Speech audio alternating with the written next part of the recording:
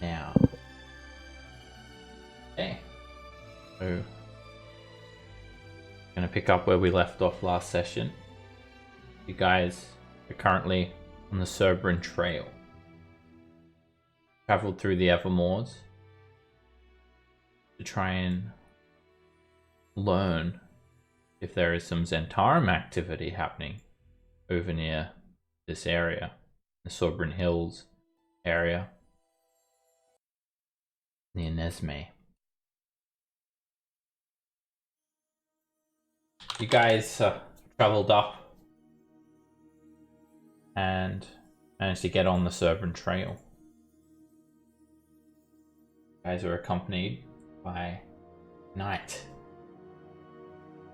Sir Jordeth Tavelson, Knight of Torm, seeking justice after his squire was killed. He told you that squire was killed by Frost Giant. However, he then admitted that it was in fact a fire giant, and the real reason he's here is not to just get revenge, but to try and investigate Zentarum activity on behalf of the Order of the Gauntlet. So, you guys encountered many Zentarum thugs on the Surbrin Trail, about 8 of them, and they basically told you guys to gallop on back the way you came, or head on back the way you came, I should say, or they basically threatened you guys with your lives.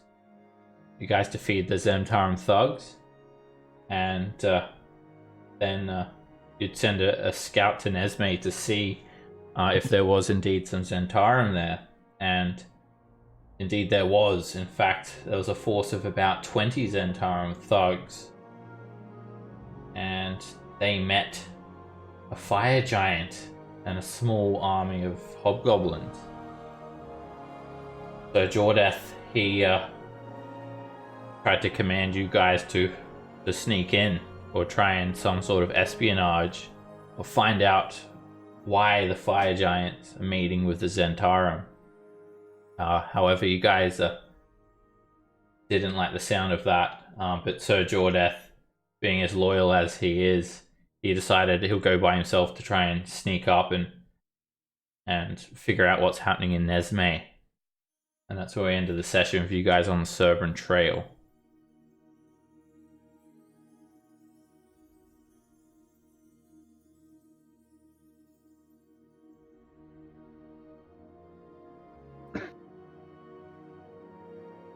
Here you guys are on the trail. You're about a 15-minute gallop away from Nesme, or less than. Got enough horses for all of you.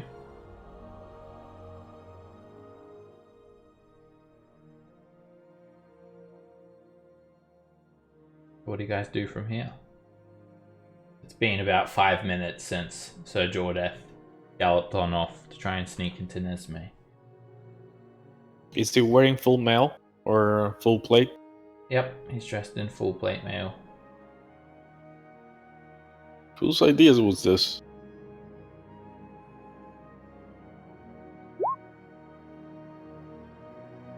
What do you mean? Let him go. To let him go. It's Well, so it wasn't really our idea to let them go, but He just left. Alright, if it's 5 minutes into a town, I'm gonna try to intercept him and stop him. he's gone. You can't imagine you could intercept him, but you could go after him if you want.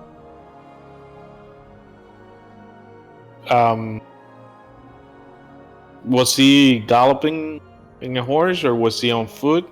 Yeah, he seemed in a bit of a rush to get there, so he did gallop, and then he just sort of disappeared behind the hill line. So, if we're going to go back into the town where they're meeting, I was thinking maybe we can sabotage their meeting. If we go in, now the Zentarium may not know. Well, they will know that we're not part of their band or their group, but the other ones that are meeting with them don't know that we're with them. That we're not with them. Sorry. So once they start the meeting, maybe we can try to sneak attack them. So it seems like they're trying to ambush them, and then that way it'll create chaos between them and the ones that are coming in. I guess is it the giants that are coming in to meet with There's them? a giant in the army of hobgoblins. That's right. So if we were to ambush them and make it seem like Entire army. we're part of the Zentarium thugs, they may attack, and we might spoil the meeting. Whatever alliance they're trying to. Oh, so you said to ambush to pretend to be Centaurum. To pretend to be them, and then wait for the parlay to begin between them, and then surprise attack them. I think that plan And would be yell better. out for Zentarium. I don't know, something. I think that plan something. would be better if we can attack them before they get into the city, while they don't see any other Centaurum around. That can tell them that it's a ruse. I don't know if we have time to intercept them before they come in, but that's fine too. It's just an idea, because we're sitting here with no idea. So that's my idea. Slapped it on the table. Done. I like the idea, but I would try to attack them in Centauran clothes before they get to the city. The fire giant and the hobgoblins are coming from the north of Nesme, and you guys are on the south of Nesme. Yeah. And they were very close to approaching the village or the ruin. Kind of like Lily's idea to avoid that fight and go report to the. I feel like that's an option for sure, and I'm all for it. But if we can disrupt what's happening here to not let them align, I think overall that might be a good thing. We definitely will report whichever way it goes. But My concern is that a full attack, like just gonna get us killed probably, because it's an entire army. Yeah, I know. And even if we strike, they're gonna just send the entire army to follow us. So eventually they're gonna catch up, I think. You're right. So I think sneaking is. If we want to know what the meeting is about, I think the summoning another familiar and trying again might be the safest route.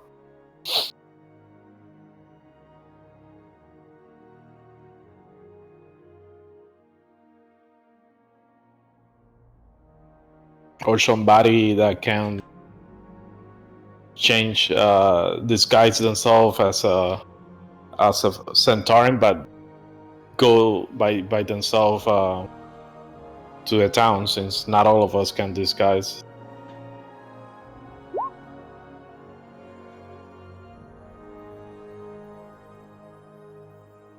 Well, I would be willing to try to do that.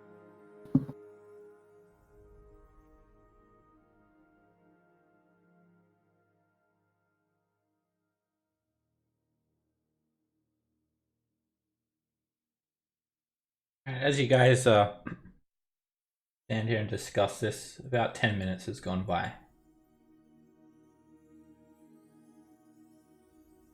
What do you guys We do? have to make a choice. Do we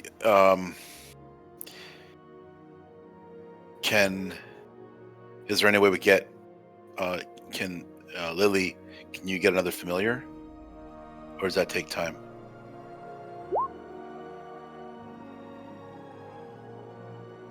$11 minutes.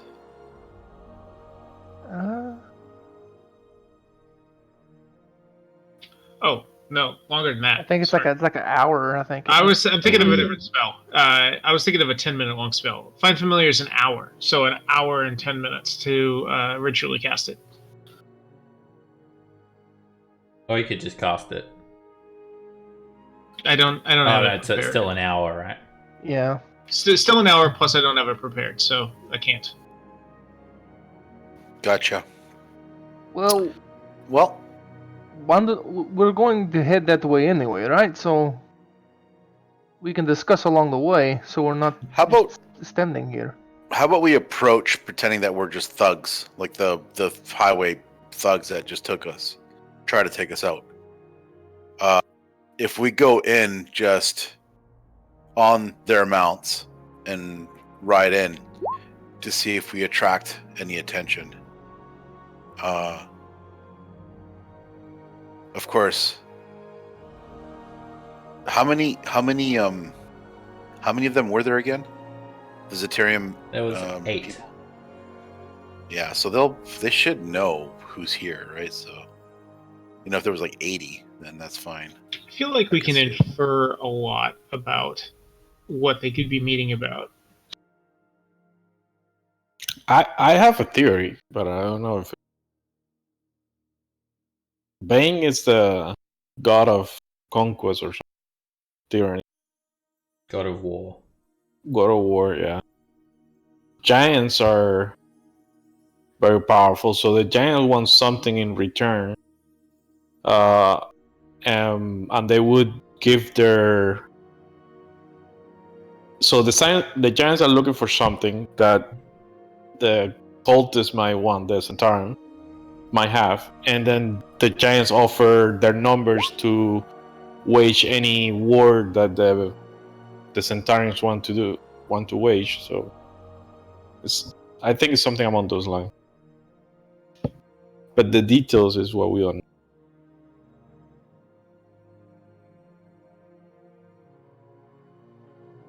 You guys can speculate, but that's all it is, speculation. Got no idea what this meeting is going to contain.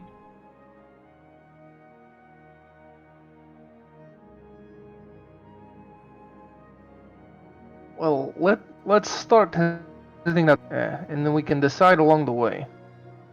I feel like sometimes when you're given less time to decide, you make decisions quicker.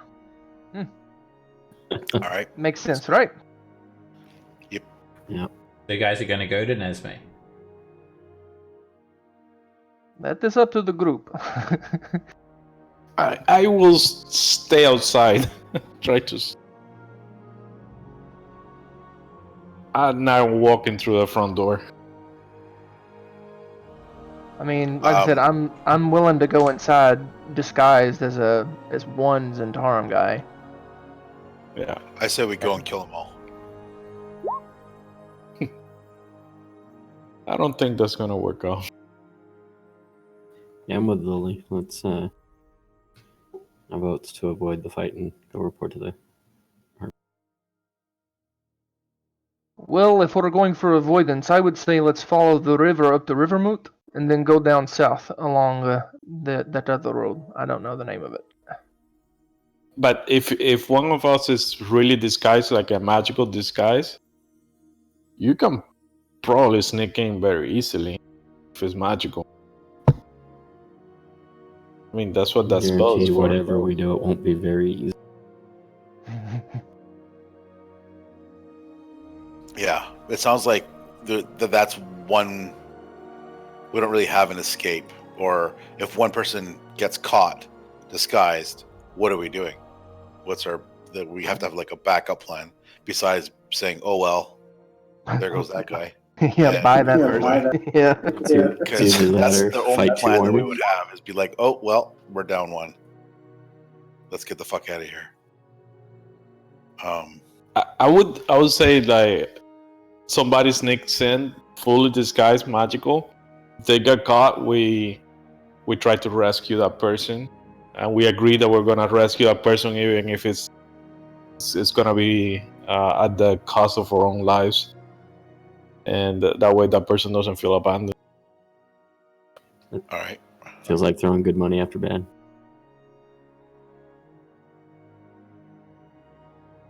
I am Dude, down for my opinion, it's a bad idea to fight, and if someone gets killed, that's reinforced, not swayed. Yeah, that's what I'm saying. Like, I'm trying to avoid the fight by sneaking a really good person in a magical disguise, and if that person gets caught, we don't have to fight the entire army. We just have to try to sneak in ourselves and rescue that person and leave.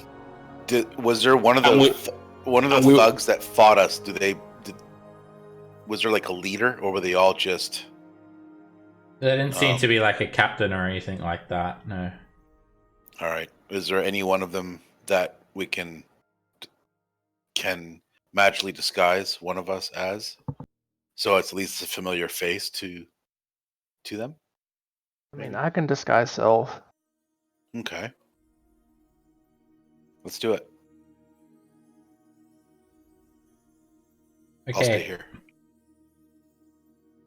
So, alright, you guys are gonna have to vote, because everyone's deciding different things. Whatever the majority chooses, that's what you guys are gonna do. Yeah. So, everyone type in what they want to do.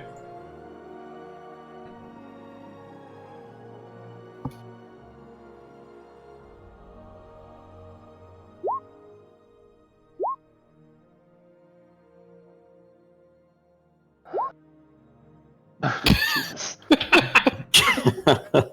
Subtle. I like it. You know, Thon, ambushing them separately afterwards also counts as killing them. But the mission is not to kill them. The mission is to learn. You know, Norn doesn't really want to go in there alone, to be honest. All right. So let's go in as a group, and we're approaching Nesme. And any obstacles we come across, we will take out one at a time. The majority was Or to go avoid. with the vote that says avoid. Yeah, to avoid Nesme. Okay, I so you don't read guys anybody else's votes. You guys are gonna circumnavigate Nesme. So you're gonna go around Nesme and just stick to the Surbrin River and I lead the charge head up alone. to River Moot. Okay. What you guys do? You give Nesme a wide berth. There is one little problem though. The River Surbrin, it's quite a large river, and you'll have to get your horses to try and swim across. Otherwise, you're not going to be able to avoid Nesme. How many horses do we Or have? we can avoid Nesme by going through Golden Field. Oh, you could go into the Evermoors. So, I'll let you guys decide now. Do you go east into the Evermoors or west over the river? Like a choose your own adventure. How many horses do we have? If you choose east, go to page 96. If you choose west, you've got How 5 many? horses. I mean, horses, they can swim. Some of them might get a little bit spooked or whatnot. But yeah, you guys could get the horses to swim. over the ask them river. which they would prefer. I can cast. Ask- I can cast. Ask the horses. Yeah, ask the horses. I can cast Water Walk on them. Okay. Are they willing? You have that prepared? Wow. Yeah, I had it prepared. I asked. Remember when I asked you if there's water in where we're going? Alright. Well, you can do Before it as a ritual last then rest? if you've got That it was the prepared. reason why. We'll just like run the horses on top of the river. It's the best road. Oh, it's a ritual. Yeah, Look at that it shit. can be done as a Yeah, what you ritual said. as long as you got it prepared. Yeah. So, all right, Unless you're a wizard. you guys head then west off of the Surbrin Trail for a couple of 1,000 feet, and you just sort of sit near the river. The river itself, it's pretty slow flowing, and it seems to be like quite deep in the middle. Then does a 10-minute ritual, and then the horses, they still are a little bit hesitant because obviously they don't know that they're going to be able to walk in the water. So it will require a group animal handling check. I'll tell Yeah, the can you horses speak- it's all good. If that helps. All right, At you can sort of relay to them that they'll be able to walk on the water, and that will give you advantage. for you, Norin.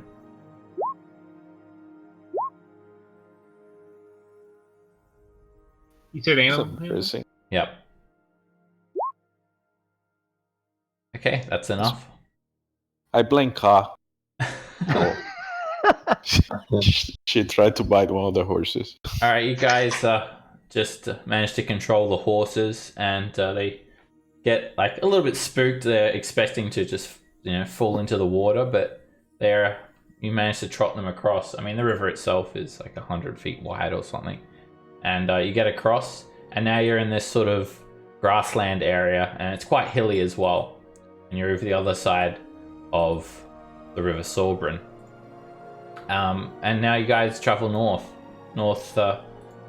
sort of using the river to guide you so you don't get lost. Just a standard travel pace, I'm presuming. Yeah, I would say so. Okay, you guys managed to. The horses, it's quite hilly, so they can't really gallop. There's not like a road or anything. But the horses, they managed to clear about close to 30 miles by the rest of that day. And you guys get well past Nesme. And everyone can take a long rest. The area around you, it's freezing cold. When you wake up in the morning after camping, there is like just all the grass around you is covered with frost, and there is a terrible cold wind coming in from the line of the world. And it's quite crisp. You guys water the horses, plenty of fresh water coming in from the river, and then you continue up towards Rivermoot.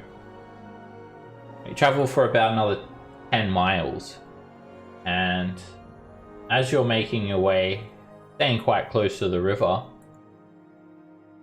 up ahead, you guys spot something in the water. There are 3 large creatures in the water. They have horned helms. Some of them carry axes. One has a big shield, sort of triangle-shaped shield in its hand. They have this like bluish tinge to their skin, and they wear leather armor. You guys managed to find a shallow part of the river to basically just like cross back over so you can get onto the River Moot.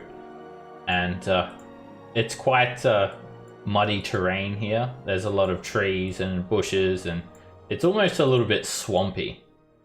And then as you're traveling, you guys just sort of stop the horses for a second, and these creatures, they start to rise up from the water. They're actually just sort of wading through the river. It's just their size that is a little bit worrisome, because even standing in the center of the river, their broad shoulders, massive white beards, and horned helms still rise up above the water level. And there is this vague trail sort of cut through the foresty area here. But these 3 frost giants, they spot you guys. And one of them points to the lot of you. Bist, Krigvinda, Starkel, Vorstol, Jaltorsta. They start yelling. And one of them wields this massive bow. It's like a 16-foot long great bow. Another one has a hand axe, triangle shield in his hand, and then another one is just reaching into this leathery bag, pull out a big fat rock. What did he yell at us? There, some creatures. I am tired of this searching. It is time now for war. Shit. Take their magic items and bring them back to the Jarl. You will be pleased. Be ready. They mean to kill us. Joke's on you. I just have a bag of magic animals. Alrighty. Thomas. Oh yeah, you're on someone's horse there. So, you should be on someone's horse. I guess you're riding with Ander. Thomas.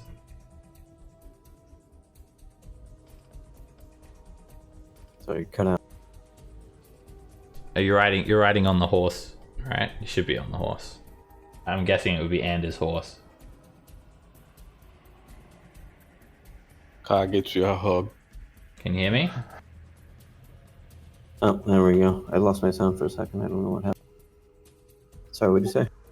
I said, you'll be on the horse with Ander. Okay. Was it half my movement to... Well, that's where you start, so you're on the horses. You guys are traveling on horseback when you encounter these frost giants. But yeah, if you want to get off half your movement. Okay, I'll get off. I'll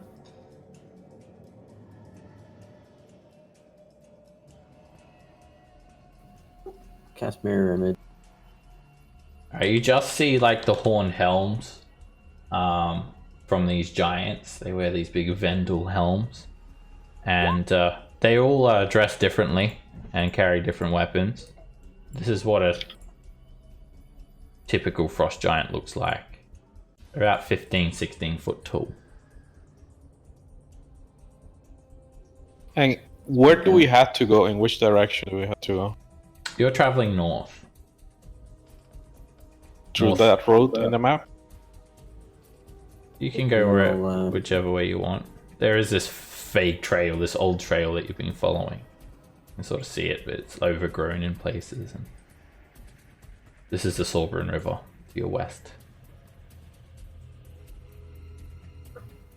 And I'll quicken a firebolt at the southmost giant.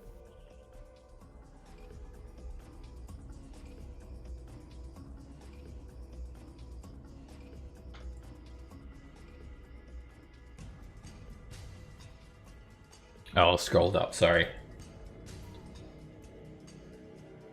That, because he's like sort of rised up above the tree line, there's no cover, and that hits him. The firebolt sort of slams into him. He is submerged in water, so it doesn't do very much. Alright. I'll step back a few feet and end my turn. Damn.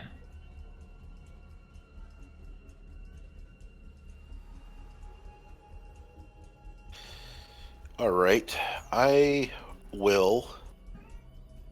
Let's see here.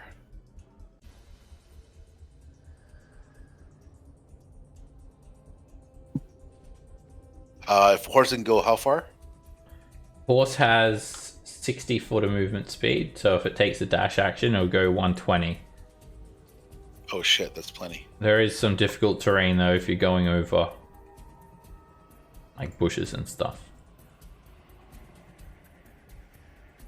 And let me give everyone control of horses if you're mounting them.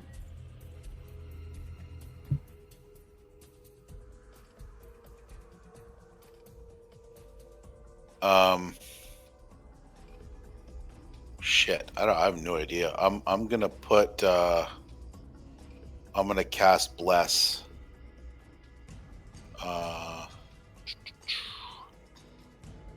And I'm gonna put Bless on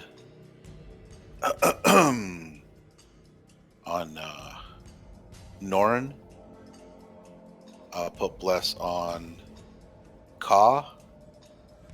And I'll put Bless on myself.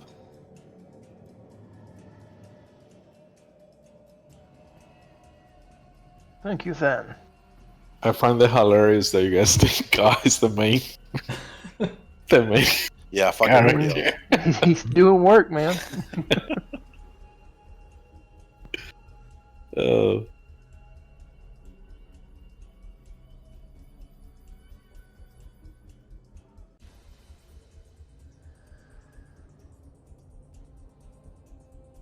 Any movement then, or anything else for your turn?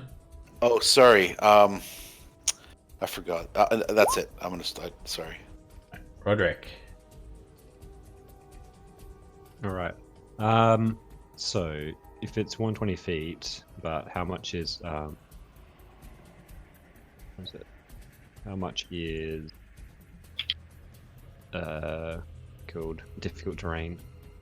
Difficult terrain, it costs you 10 feet when it would usually cost you 5. So if you go across any of the squares of these trees and stuff, it's going to be an extra 5 feet.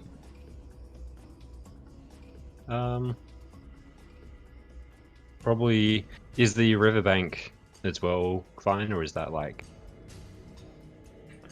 The riverbank is pretty clear. There's like a couple of like fallen trees and stuff.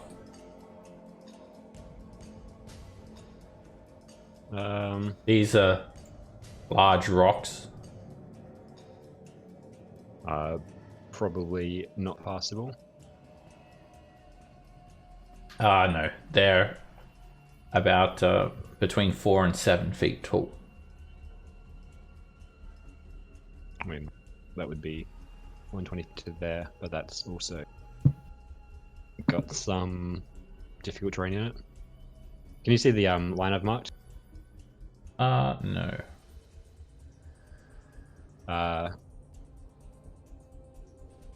Well, it's probably one. Can almost get like there. That's by going. Actually, I suppose the horse is taking up more squares, isn't it? All right. As you do that maneuver, it's a little bit of a maneuver for the horse to do. Make an animal handling check. The horse will get about here. No, Be we'll back try there. to stay on it as well. Easily. You get the horse to like sort of jump over some bushes, do a sharp turn, run along the riverbank. Just like the simulations. Very easily. Then I'm going to cast Shillelagh and a Sacred Flame on that guy.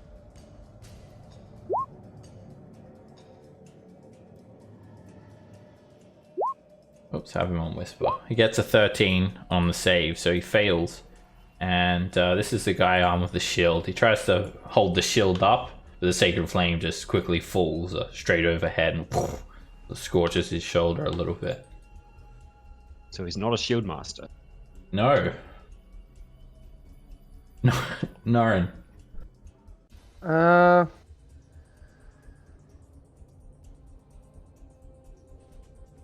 The horse will take a dash action. Let's see. That's 100. See, and I moved through a few squares that are. About how much further would I be able to get from there? You've got 10 feet left. Okay. I'll go ahead and use the 10 feet to go forward as much as I can.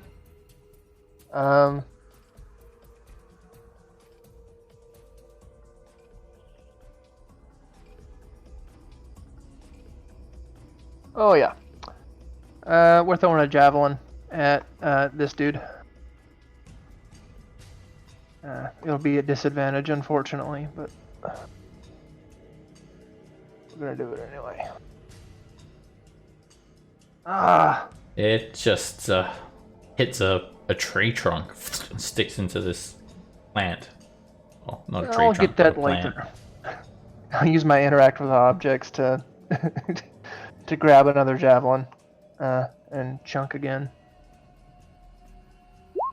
There we go. And that hits him. He tries to sort of interpose his helm a little bit, and it ends up just sort of sticking into his neck, and his head just whips back. Oh! And he just uses his thumb and forefinger.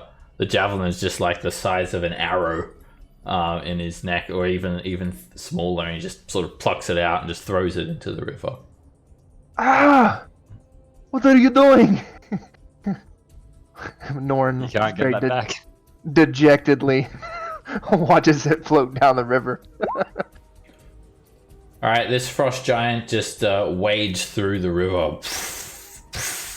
Just creates this like tremendous splash in the river, and just a massive vault of water just splashes up against your horse's legs, Roderick. And he is armed with this large war shield and this very unique looking hand axe.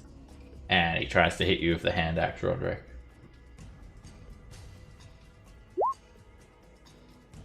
First attack misses. Oh, dude.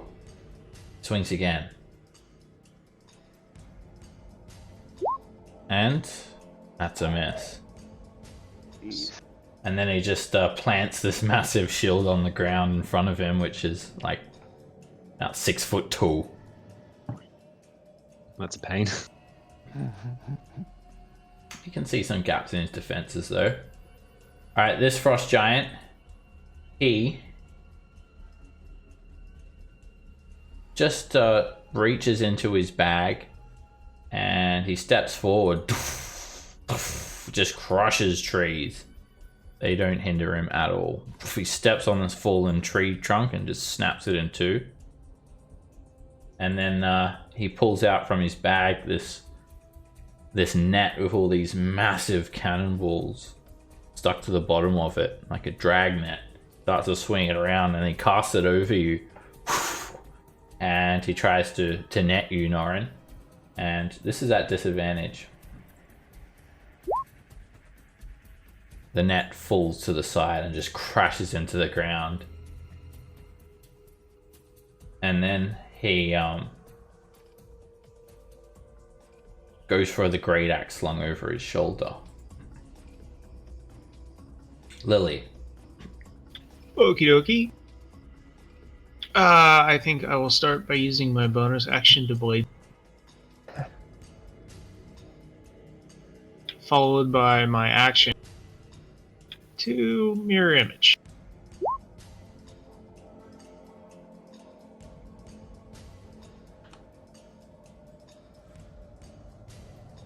Now let's see.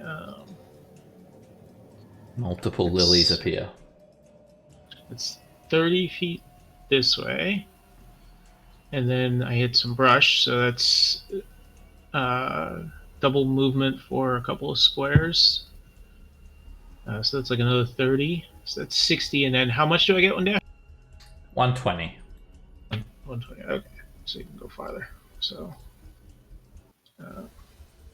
I'll go behind. I'm on there for that. And I guess I'll just dismount for half of my movement.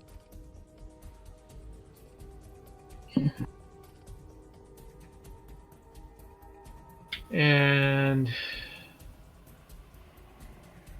yeah, just in case, I'll drop prone for this. Okay. Duck behind some shrubs. And So my action consisted of diving behind a bush. Okay. Going to dash with the horse. imagine cars just sort of slung over the back of the horse or like in the Yeah, saddlebag or something.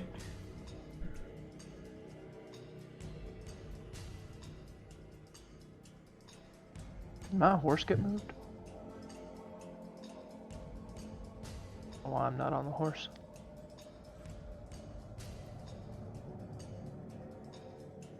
Over here. Your horse is there. Well, it's, I'm not. For some reason. Moved. Yeah, it's showing your horse. You're on your horse there. I just moved it back. Oh. Don't try to steal it. Probably Stan. Okay. And as a bonus action, Could have been. I'm gonna cast Hunter's Mark. This giant right here. And I'm going to use my light crossbow to shoot it. That's a hit. Nice. You put a crossbow bolt into his shoulder. He just sort of swats it away. And I believe crossbows is only one shot per round. Yeah. Alright, this frost giant is the one with the bow. And he actually steps into the opposite bank. And he just aims the bow up in the air. And this thing is huge. He's using like ballista harpoon sized arrows. And he just aims it up. And fires it down on Norin. But the arrow just smashes into the ground next to you. We're getting lucky here, guys. He draws another arrow. It's a massive arrow, and he draws it back. You can just see the amount of strength and intensity used. The frost giant's muscles are rippling, and he draws it back and takes another shot at you, Norin. It arcs up and slams into a rock 5 feet away from you, splits the rock in two. And the visual of that is just awesome. Just Norin riding, and just ship blowing up all around him. Thomas. I'm gonna twin a orb of lightning at the shield guy and the net guy. And use Tides of Chaos on the attack on the shield. Okay.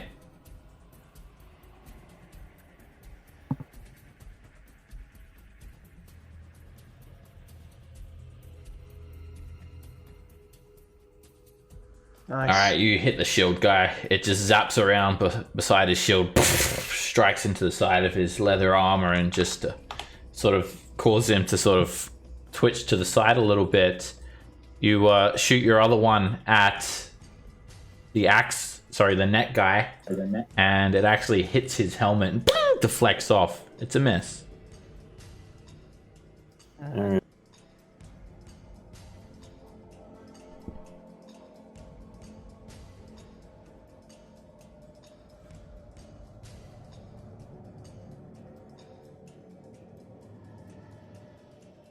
And I'll go prone.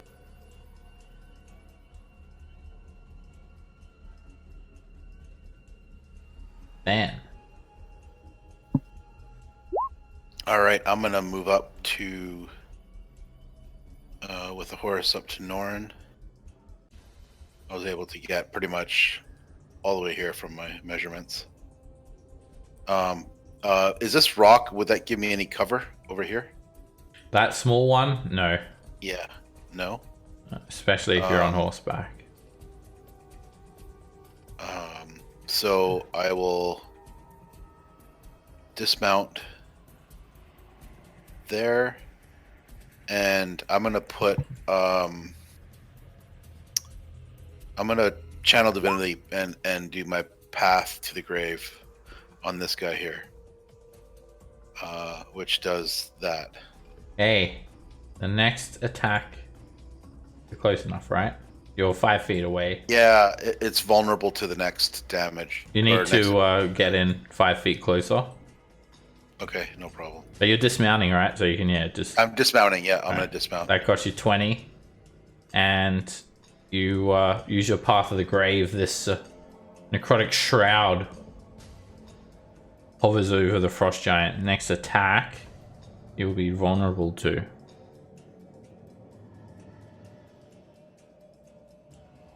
And bonus action, spiritual weapon on this guy here.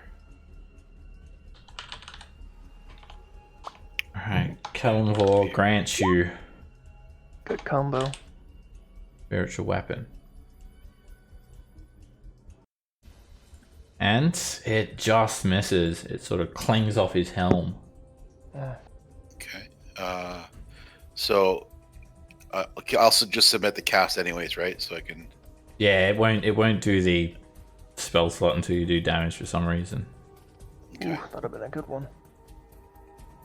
And I will Oh, I rolled max damage. Fuck. Yeah, too bad.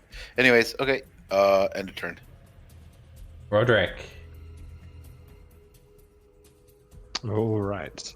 I'm gonna dismount and step up to there, and then I'm gonna hunt mark him and start smacking. The best. This guy's quite well defended. 15 is a miss.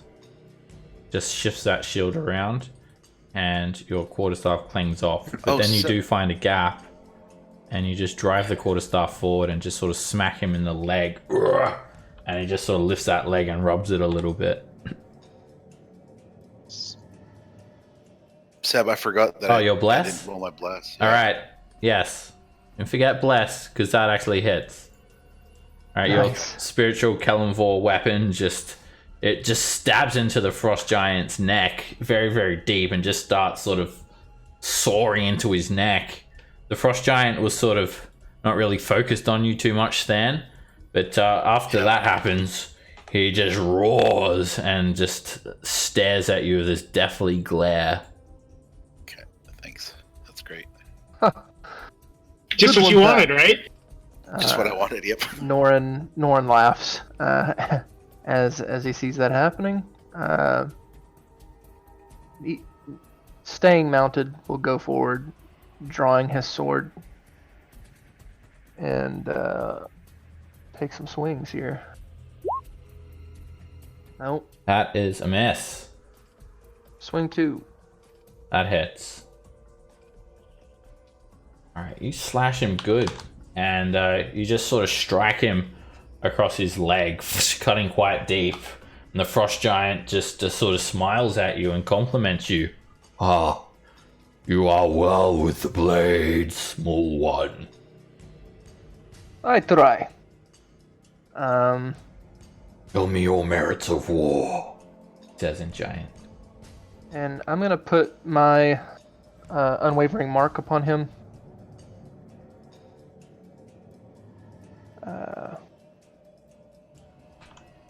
And then with my bonus action, you know what, that's fine. I'm not going to do anything with my bonus action. That's my turn.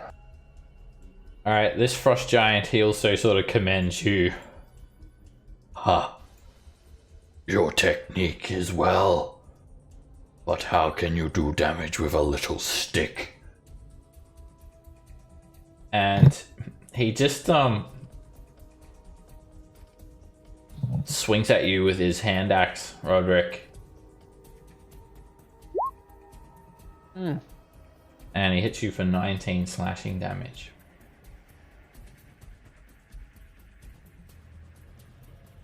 Ha!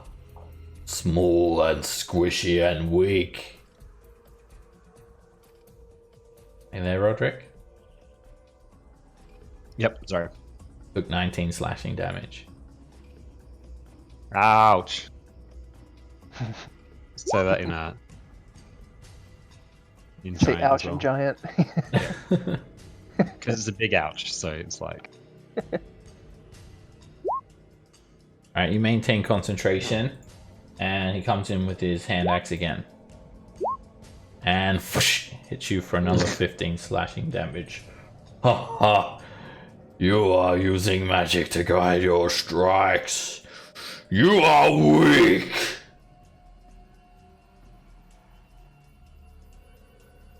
Alright, this That's frost... a relative term. This frost giant, he, after commending you, Norin, he just takes out his great axe and looks at your horse. Ha ha ha, little beast. It will be my dinner tonight. And he just swings at your horse with his great axe, Norin. Alright, you're going to force the attack to target you instead. Alright, you just rear the horse and you interpose yourself. Clang off my shield. Clang your shield into his great axe. Oh! You are protecting the beast. Yeah, that would have killed it. Is a good strategy. Ah! And he comes down again, this time on you, Norin. Yep. That's And he hits you for 18 slashing damage with his great axe. And he ends his turn there. nice strike. Ah. We live for Krieg. Krieg is the giant word for war. So I think I'd like to remount my horse. Alright, you can stand up and remount. It'll cost you all your movement. Okay. I'm on the horse then, and I'm gonna have the horse come over like so, and then let me measure. Yep, okay, I'm in range. I'm going to cast. I'm going to cast slow on the back two giants, the far two. Alright. We'll get them both. Okay, wisdom saves for both warrior giants. The one with the long bow, or the great bow, he fails a saving throw. The closer one fighting Roderick succeeds. Sorry, Roderick. Fail. Yeah. It's okay. Sorry. I've got this guy. Don't worry. Oh, yeah. You look like you're doing well. Just half dead. Back up to where I was using the dash. Like so. And that'll end my turn. That's all I can. Anda. Okay. My horse is gonna get over here. 10 feet away from him. And I'm gonna command Ka to buy him.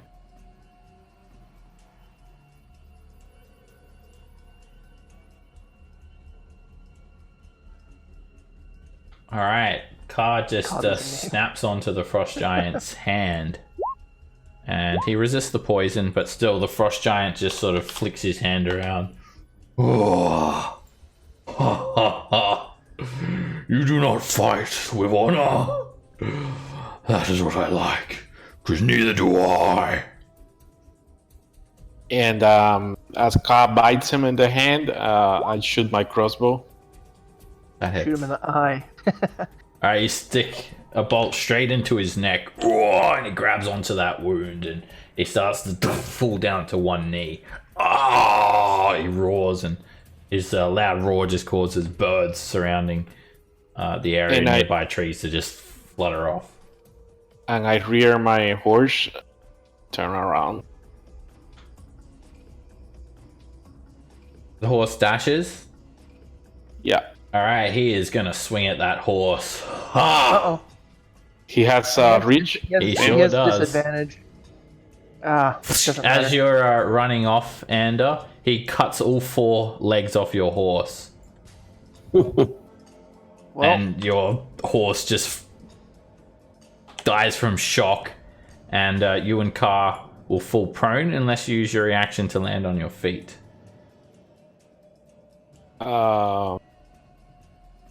Ka will use her reaction, and I won't. Ka doesn't have feet, but Ka will land right where your arms set upside down. Like a coiled spring. Reaction to grow feet. Like a coiled spring, yeah. Ka lands the right way up, and Ander, you just fall forward. You're still sort of mounted on the horse's back, but the horse's legs just flung up in the air and just hit the ground. And yeah, the horse doesn't move very well without legs. Oh, you don't use your reaction. I'm falling prone, but Yeah. Ka is if Ka can be prone, then Yeah. Ka lands the right way up. And you fall prone. that's it. The frost giant just chuckles. Ha! The legs. They are good toothpick. All right, the riding horses that aren't mounted, the one near you, Roderick, it just gets absolutely startled and just starts to ride off. And just sort of runs over this way. And your one, Than, it takes a dodge action. Just sort of stays near you as you're sort of close to it. And it's not really near any frost giants. Alright, this frost giant, it just sort of looks over to the one who'd cast the spell, and it's very, very slow. Very, very slowly draws this arrow, very, very slowly draws back, and it aims up and targets Lily. Lily, roll a 1d20. Okay. Oh, for your mirror images. 3. Oh, not good. All right, the Now, arrow am I outside of his normal range for that? for his bow. No, No. it's 400 feet is his normal range. It's normal range. Okay. Let's see. 25. Why do you do that to me? All right, that hits you for 28 piercing damage. Very well placed arrow. This thing is like, it's about a ballista in comparison, but it's a bow, and it just arcs up and then sticks into you, just almost knocking you off the horse for 28 piercing. And then the frost giant makes a wisdom save, and he's just slowed still.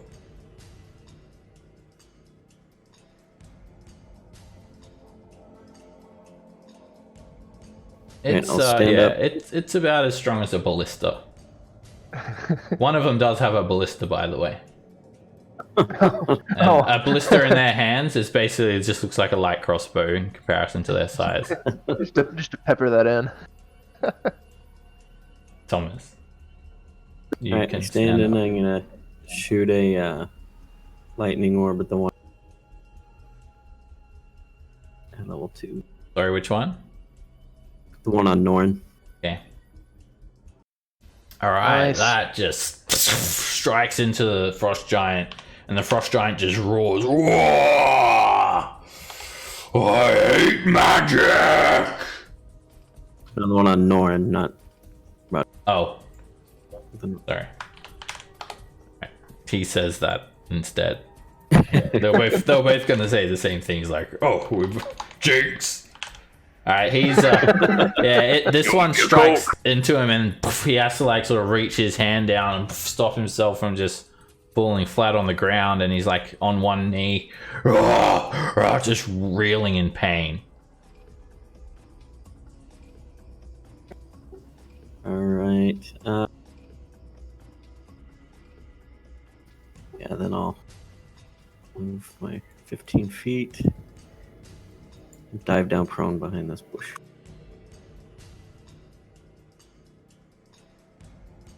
Than. All right. Can I make a spiritual weapon attack? Okay.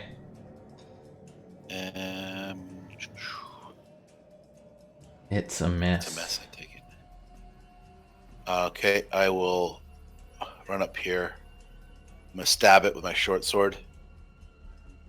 All right, it misses. He just sort of flicks that horned helm around, and he almost uses it like a shield. He deflects your short sword with his helm.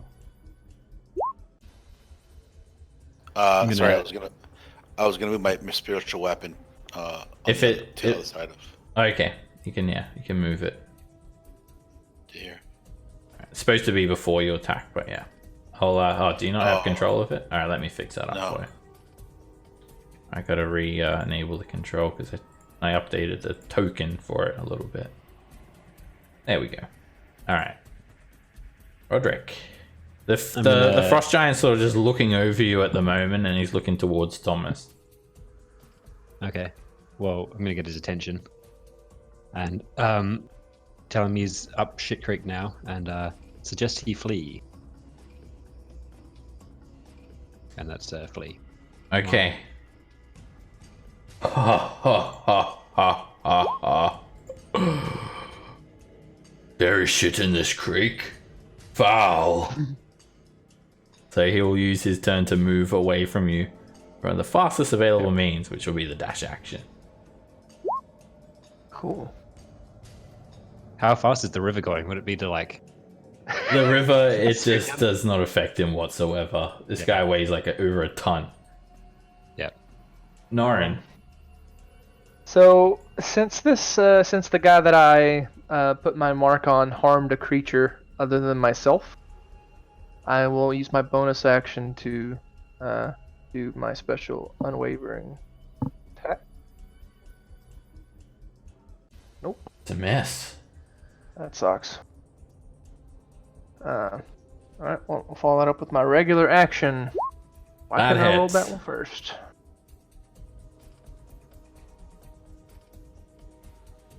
And I'll reapply the mark. Alright, you slash him across the neck. Big line of blood flicks onto the ground.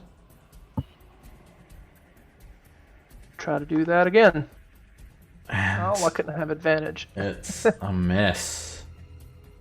Flings off his leathers.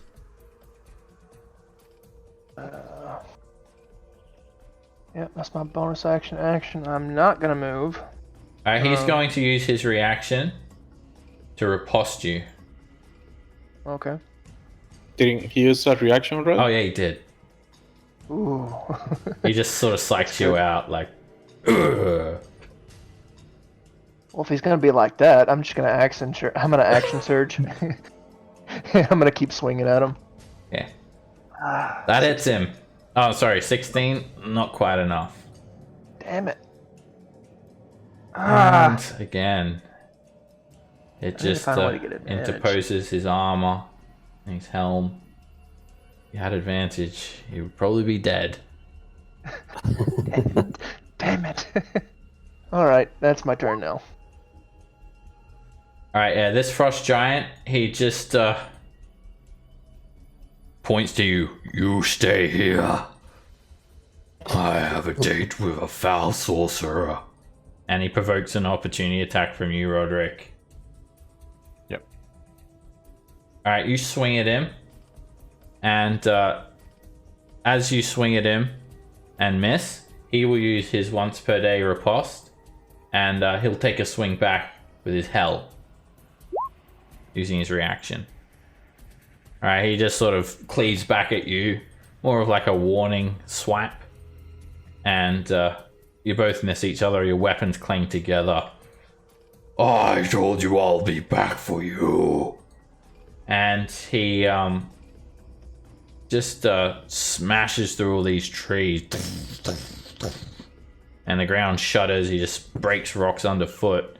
And then he just unstraps his shield and slings it over his back. And he pulls out a ballista and aims it at Thomas. That's his action. This frost giant, he just sort of reels his head back and roars. "Ah!" And he just takes his great axe and swings it at you, Norin. Okay. That would be a hit. He swipes at you for 25 slashing damage. And just to this guy down here, he got commanded to flee, right? Oh yeah, I forgot about that. Okay, Yeah. well that's what he does instead then. Okay. I forgot that he was Well, yeah, commanded. this giant, it just wrecked me. This is not good. This guy moves over here instead. But he didn't, do anything, luckily. Alright, he swings that great axe, and then as you're like using some magic on him, Than, he hates that, so he's going to use his other attack on you. Ah! And this will be a disadvantage. Using Norin's mark. Oh, shit. It doesn't matter, he just cleaves into you for 23 slashing. Tried. He sort of stumbles around on the spot, just breaking trees and branches, and Oh, no more bless. he knocks the concentration out of you, Than. And he's swaying side to side. He's still not like properly composed. At Lily. All right. Let's see. We're gonna run over here. I think I'm going to try. What do I want to do? Let's go with the frost or ray of frost, I guess it's called, against this giant here. Okay. Alright, it just That's not gonna do it. whizzes on by the giant. No problem. Half my movement to get down, and then let's see. Let's see if I can go and then drop prone behind this bush.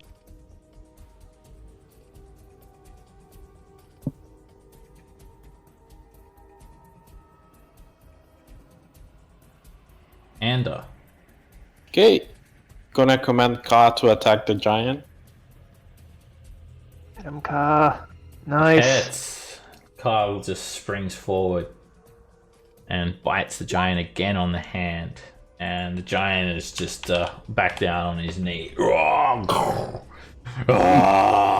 Just roaring, almost dead. Going to stand up and shoot him with the crossbow. That hits. Nice. It just sticks straight into his neck, quite deep this time. Oh! And he just starts coughing out blood all over the ground. Oh. So somebody kill him. And with 15 feet, I'm gonna move over here, and Ka's gonna move over here. Alright, the horses just sort of, that aren't mounted, they just sort of run over here and then just like hang out and start doing some horse stuff together. They just like, they don't just gallop off, but they just get away from the fighting and then just...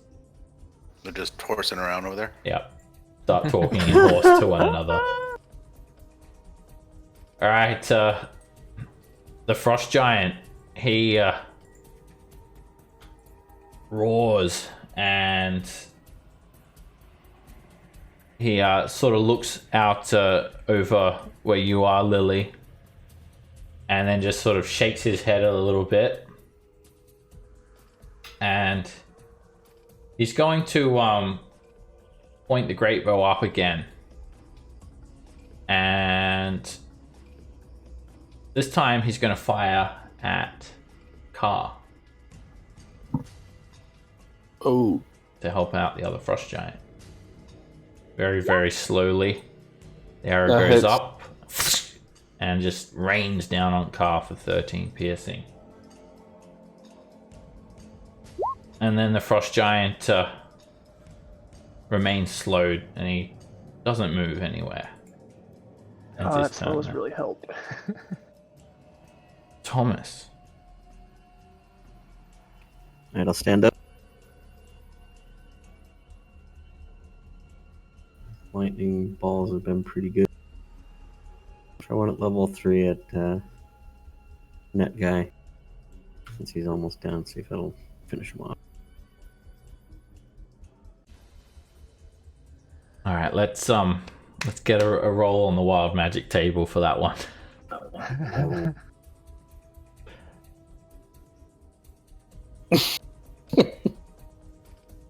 Oh man. Okay. An eye appears on your forehead for the next minute, and during that time you have advantage on perception checks. I thought you were about to kill all our horses, so that's even better. Can I bonus action check for secret doors? You can now take wide angled shots. Everything just like you've just got like an increased sort of depth perception. Everything's in 8K when you look at it now, and that lightning orb just screeches over. This jagged, crackling lightning bolt just pierces into the frost giant and strikes him down. He just falls face first on the ground and just sort of smoldering, a big trail of smoke rising up from this wound. And then brave Sir Thomas will go prone and hide behind the bush. Brave Sir Okay. Thomas. Dan. All right. How this water's deep, isn't it? Yeah, it's varying depths. It's about 10 feet or so from what you've All right. experienced. I'm gonna move spiritual weapon towards the guy across the way there, and I will measure, move over to the shore, and I will cast. What do we got here?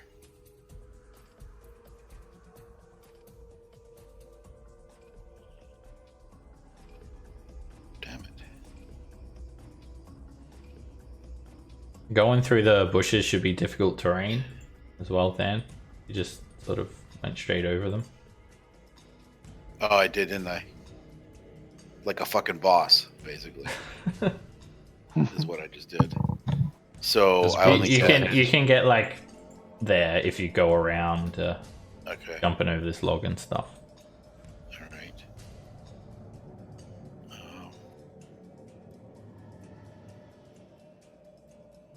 Trying to see range on a spell here. 30 feet, not going to happen. Okay, I will. What will I do? I'm gonna just, yeah. It's been damaged or no? No, he Not hasn't yet. taken a hit. That yet. one hasn't been touched. Yeah. All right, I'm gonna Sacred Flame. Oh, wait a second. I'll just Toll the Dead. Fuck it. Okay. He succeeds. All right then. That was fun. And my turn. Roderick. This Order of the Gauntlet thing is sounding appealing now. I'm gonna step back and then command this dude to approach. All right. It's a wisdom save for him. Yep. Nice. I will, but not because you told me to. I was totally already going to do it. That's fine with me. Yeah. That is all. All right.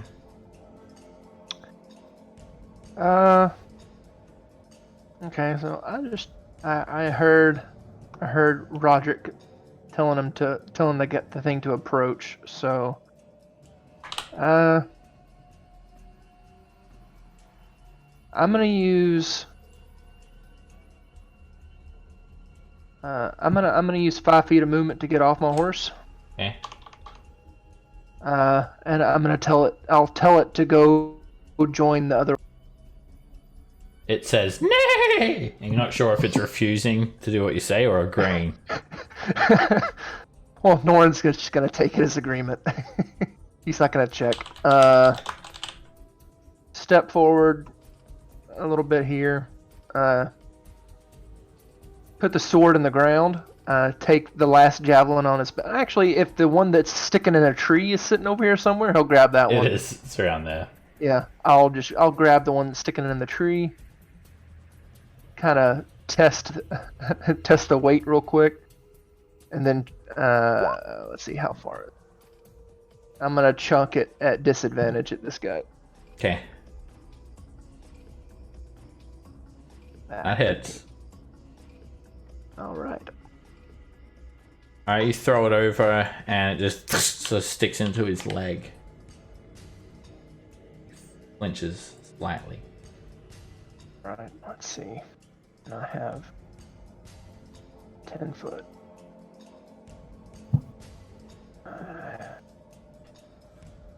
That's with difficult terrain. I can get to there. Bonus action, second wind.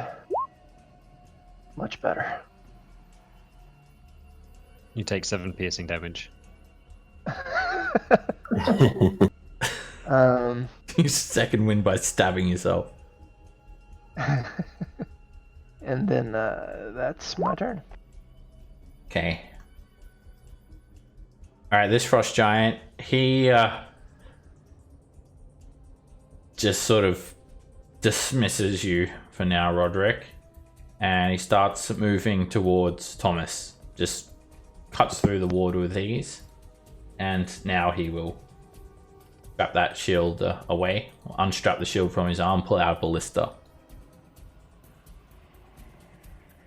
Lily. Okay, let's see. I'm going to spend half my movement to stand.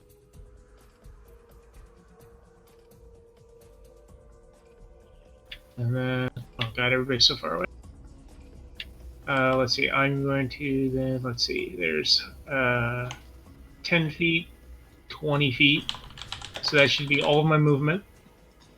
And I'm nowhere near anybody. So I'm going to use my movement again. So I'll dash. Go, let's see. 25, 40 feet, so I dashed. And they're pretty far away, so I will drop prone. Okay.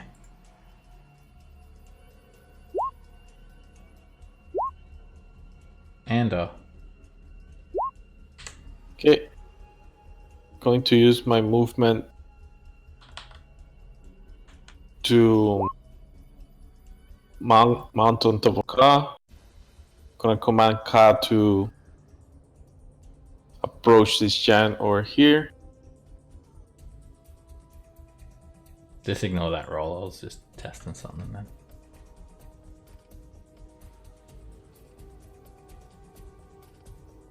As she goes into the river, she's gonna actually be submerging, and I'm gonna be holding my breath. But before she does that, I'm gonna shoot at this giant. Bonus action, move the hunter's mark and shoot with the crossbow. Okay. That is a Nice. direct hit. Alright, you sink a bolt just into his side. You're very good with the crossbow, Ender. I like it. And then I go underwater with Ka leading the way. Okay. You go completely underwater. About 10 feet-ish. Alright, horses. Your horse goes and joins the other horses. They're just congregating around Thomas. Good horsey. The frost giant just dashes towards Roderick and ends his turn within 5 feet. Because he's slowed, he has to. He can he dash? I should be able to. Yeah, I think he can still dash. But yeah, he has to Just got dash like to half reach its you. movement.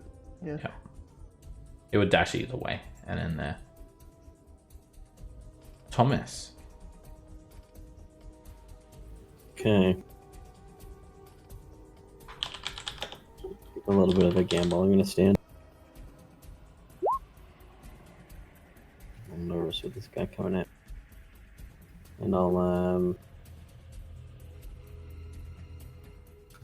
toss some pixie dust on myself. Okay, roll us up a D100.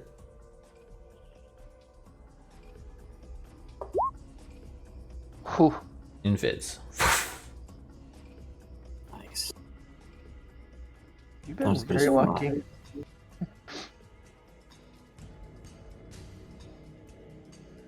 I want 15 feet and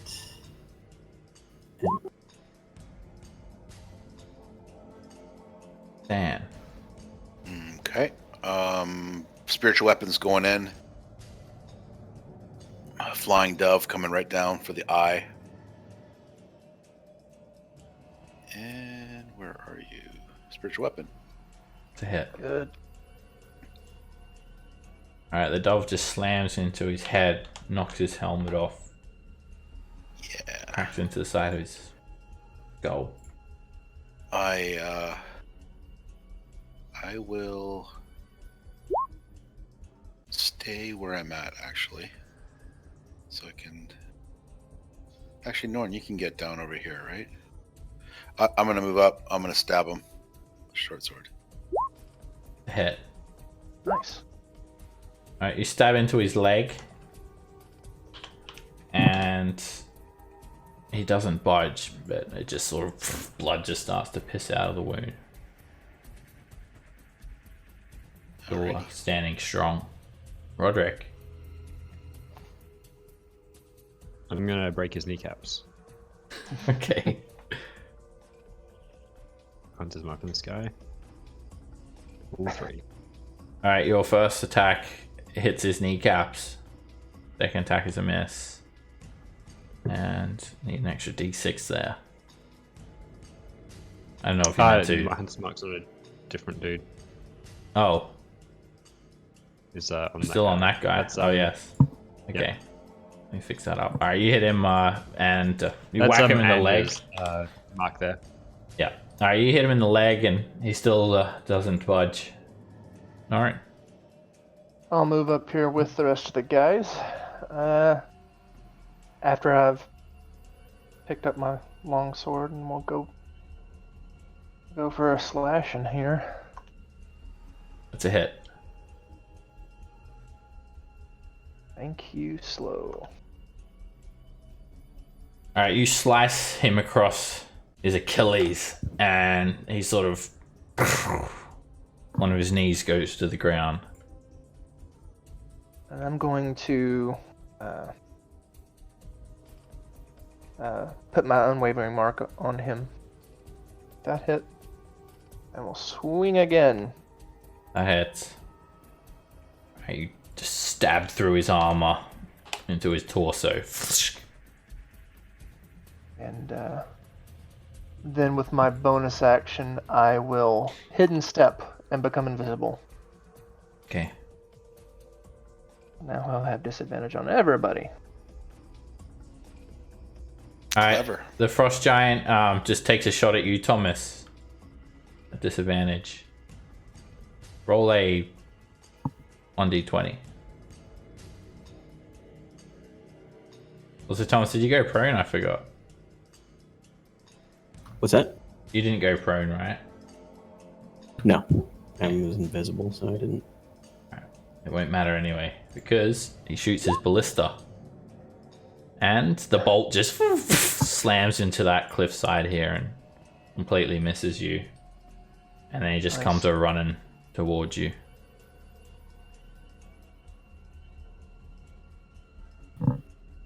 As he reloads Did the the image ballista. go invisible as well?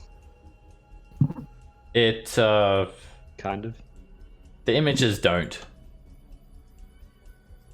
The images would, I guess, would still be sort of swirling around in that location. Maybe that's why it's so difficult to hit Thomas when he's like that. Lily, stand up for half Okay. your movement. Yeah, I'll stand up for half my movement, and then I'll go, let's see, 10. That's as far as I can get. And I'm going to try tolling the dead against this giant up here. Alright, this is for Toll the Dead. Also, I forgot to make his Yeah. wisdom save from slow as well. He fails the toll, but he's no longer slowed. Wouldn't the first one be the slow?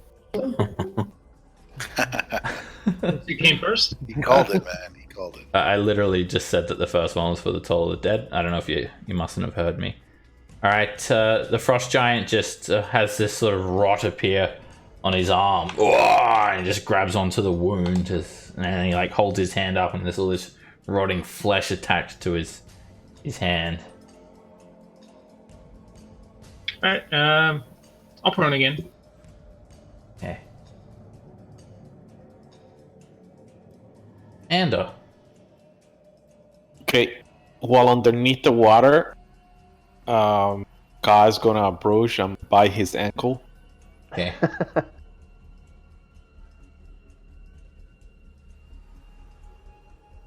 It actually misses. Oh my god. He just There's one time. pulls that ankle out of the water really quickly. Ugh. And I'm gonna shoot with the crossbow, which I think does not have disadvantage underwater. You'll be at disadvantage because you're within 5 feet. Oh, I meant to be Before at you a move? distance. No, like Ka can attack from each. I thought that was yeah, okay. You're separate from Car. You're not on Car Yeah. anymore. Okay. No, I'm still on top of Ka, but You what didn't I mean meant to to move. do. You didn't mean to Yeah, move. didn't mean to move Okay. on. Okay, alright. Yeah, it will not have disadvantage if it's used underwater. Oh, but Just still. bounces So- off his leathers. Right, I continue to hold my breath for more round. Okay, these horses, they're just going to start running off when that bolt just is shot near them. They like run off. They gallop off to the south. I have to go and find them. Alright, this frost giant, he is angry. Just slings that great bow along his shoulder. And he's going to pull out a great axe. He just roars. The first thing he does is swing down at Ander at disadvantage.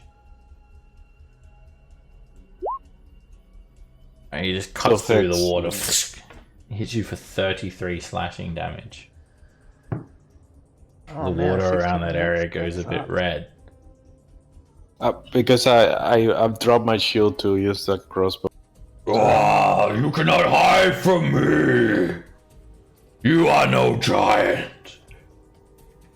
There's nothing worse than a snake in the water trying to bite your fucking ankle. And the frost giant just roars at you. You should have been banished long ago, foul giant. You are not worthy, Stronmus and Thrym. Pay you no homage. Is it too late for me to use my reaction to make him re-roll that? Depends. What is it? Ability It's say? a second chance. Then yeah, Hits you. When it hits you, yeah. when it hits you. Okay, I'm gonna use it and make him re-roll the attack. Alright, he'll re-roll. 23. So hits. Damn it. Unlucky. But it was worth a try. Yeah. And then he just basically tells Norin that like furbolgs are not real giants, and then swings at. Never claimed to be. There you are, I think. And he attacks you at disadvantage. Yay! Just cleaves a rock in two. You missed. Thomas. Should not be taunting the giant. Alright,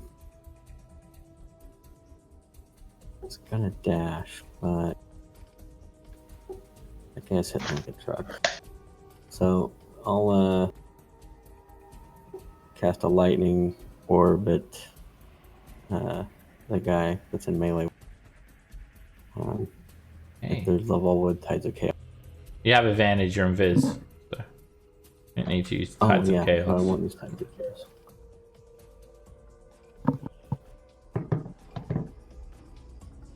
Let's get another roll on that wild magic table. Alright, it strikes into him for 24 lightning damage. Out of nowhere. What? Nice.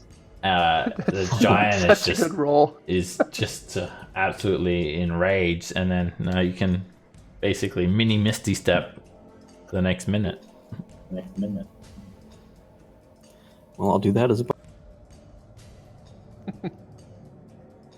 And All right. The dove's coming in hot. the dove Yeah, misses.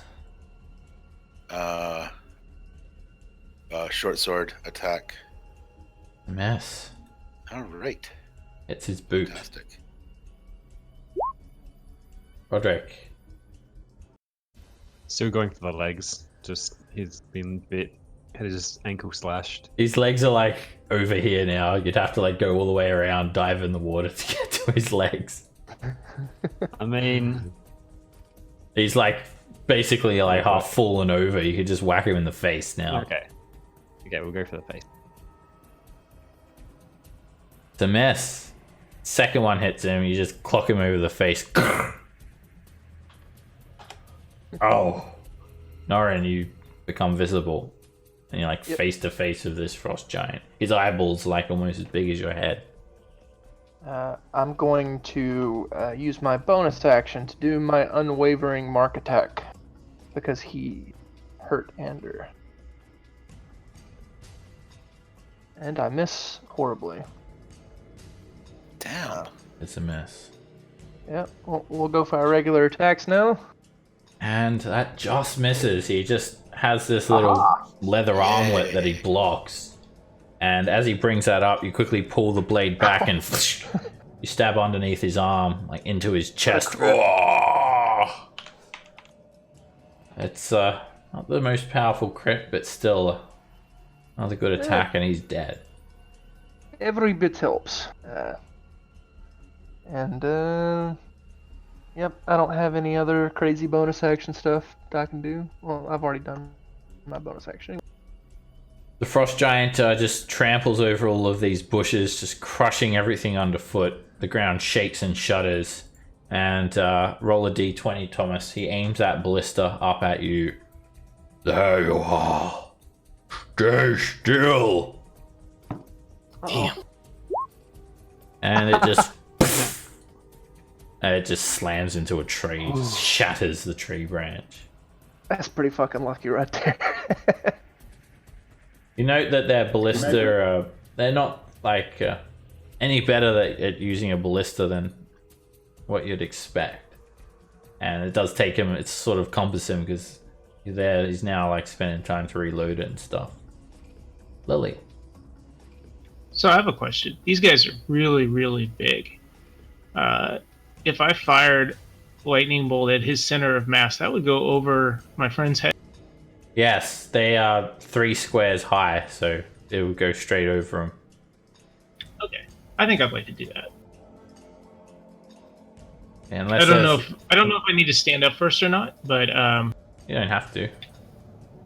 if it doesn't make any difference, I guess I won't bother. So let me cast.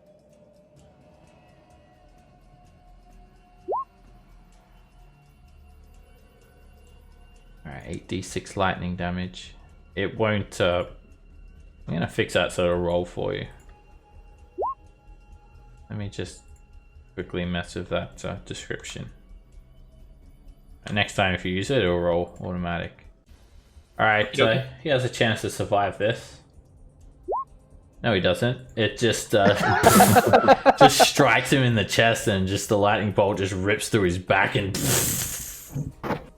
there's a big flash of light just subsides, and the frost giant crashes into the bank of the river. All right then, and then you know what? Since I'm laying on the ground anyway, I guess I'll just lay behind this. All right, you crawl backwards. Covered in horse blood at this point. And Okay, come out of the water, like Rambo style in the middle of the river. And I bonus action hunter smack the remaining giant. okay, And let's see. you're just in range. Good placement. So I'm gonna shoot with the crossbow. Alright, that will be disadvantage because it's 80 feet and you're 90 away. But anyway, it's a miss. Okay. And then I'm gonna move forward with Ka through the river.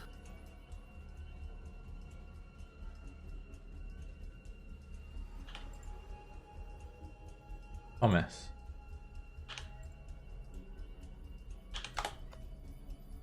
Alright. Lightning seems to be doing pretty well against these guys. I'll Since I'm not invisible anymore, I'll use Tides of Chaos on this one and do a lightning ball at 7. Alright, it just screeches across the battlefield, plucking the frost giant in his chest. And he just sort of shakes around a little bit, but he's still running straight at you. I don't like the looks of that, so Brave Sir Thomas ran away.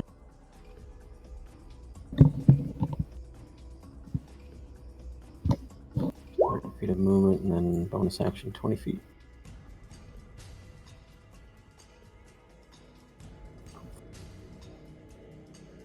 Man.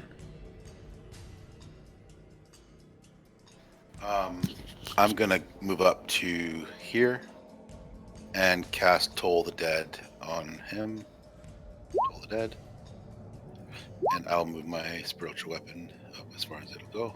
Alright, the frost giant just starts to cough. All this like rotten blood smears, tatters against his beard. Ugh.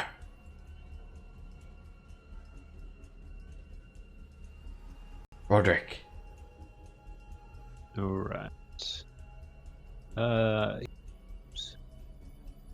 Is it difficult terrain going over where the giant is? No. Not if he's dead. Sure. You just have to jump over his arm. Let's see.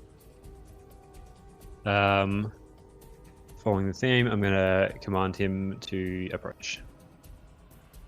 Get over here. Ha! They are full because they are weak. But I'm not like them. Narin. Do I have line of sight on this guy? Yeah. Okay. I'm gonna stick my sword in the ground again, reach over and pull the javelin out of this guy, take a couple of steps back, and then a couple of steps forward to chunk another javelin at this dude.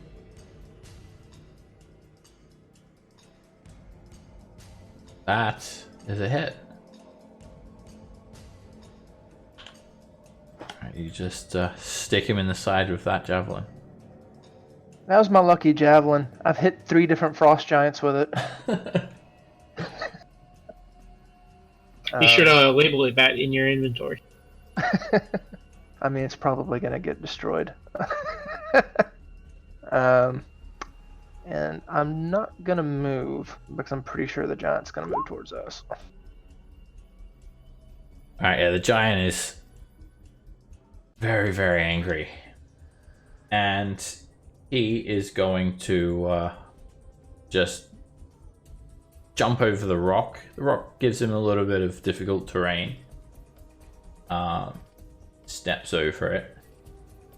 And he is going to just pick up a nearby rock or reach into his bag and pull one out. And he's going to lift that rock over his head. He's going to throw it at Norin. And that misses. He reaches down again and just this time he just pulls out a tree. And he just hurls that at you instead, Norin. Dodge this! Which is the same sort of attack as a rock, but it's a tree instead. Okay. And he just that hit. That hits. throws I'm that down. tree straight over his shoulders and it just like horizontally just bowls you over, knocking you to the ground. And he ends his turn there. He didn't dodge the tree. And I was going to, but then it like turned in the air where it was lengthways, and I was like, "Oh shit!" Lily. All right. I think what I'm going to do, I start casting a spell, and it looks as though my movements are as if through molasses as I cast. Slow at him. Okay, another slow. Wisdom save. Oh, He just roars. "Roar." Magic is not the way. Only Like I was brute hand action. strength can conquer all. He just flames. All right. Crawl forward and call it a turn. I've had better ones. Won't lie. And Okay. Yeah, I'm going to cast Healing Spirit. It's a bonus action. Heal, Drop it baby. on top of Norin. And as I Kai and me, I'm gonna walk that way. Get into the Healing Spirit. Go back out. And shoot at... I don't have Hunter's Mark anymore, but I'm gonna shoot at the giant with the crossbow. okay.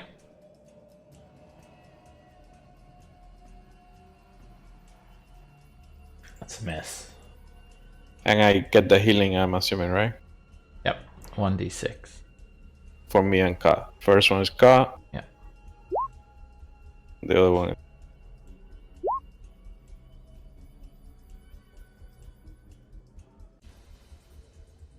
Thomas.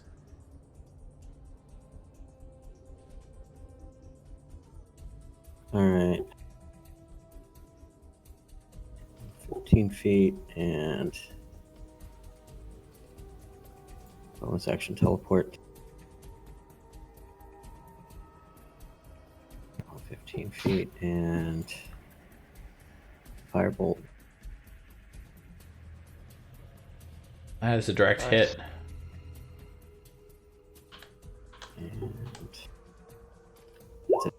And He just sort of shifts back a little bit if he's still just running at you guys. Damn.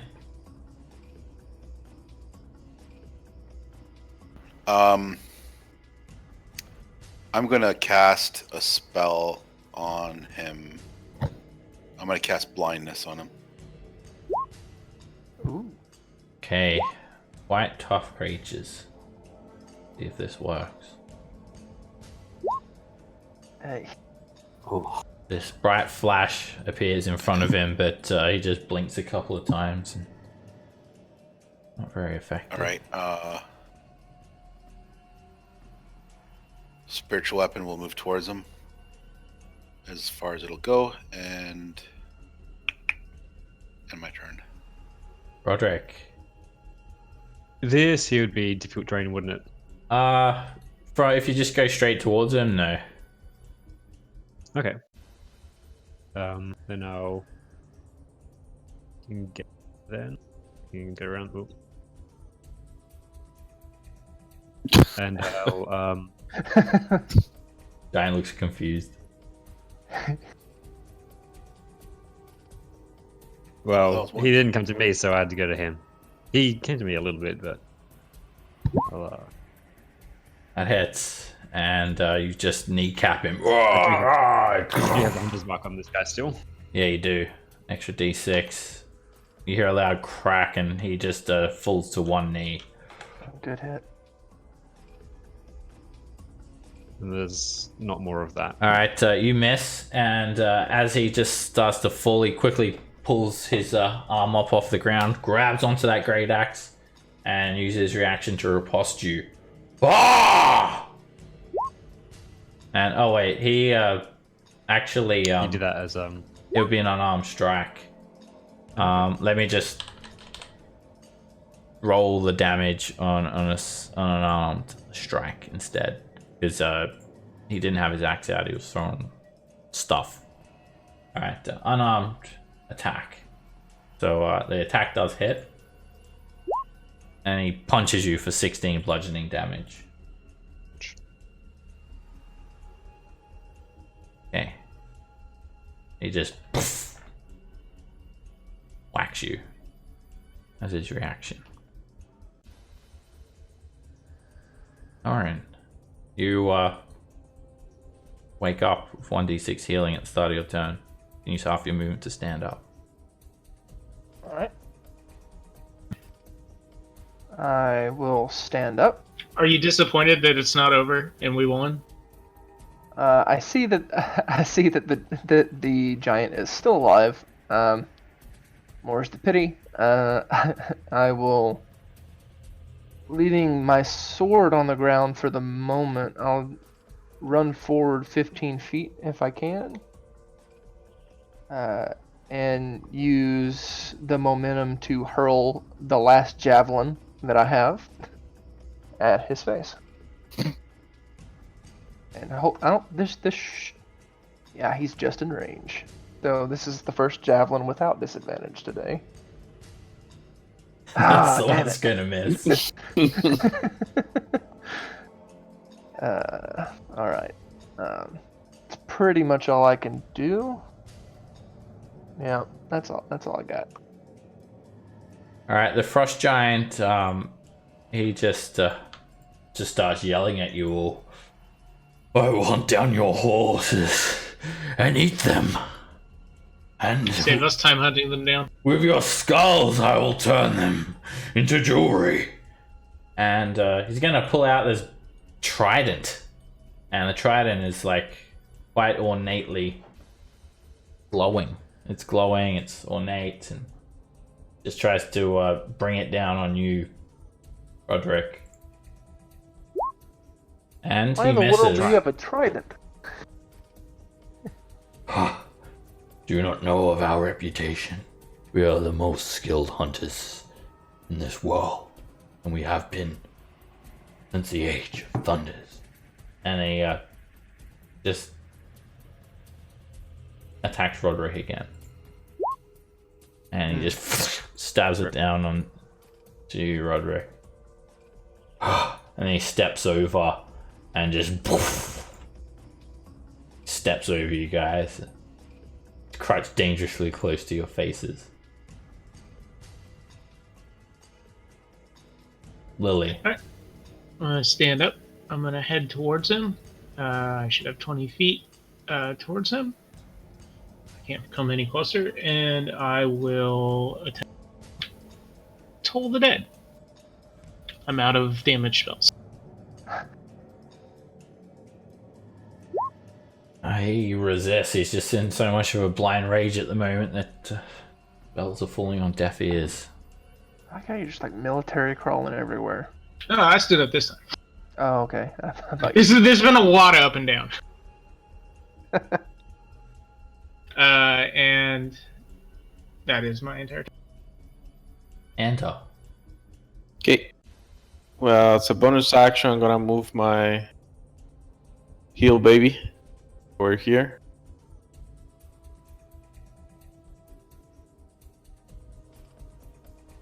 And I'm going to try to get...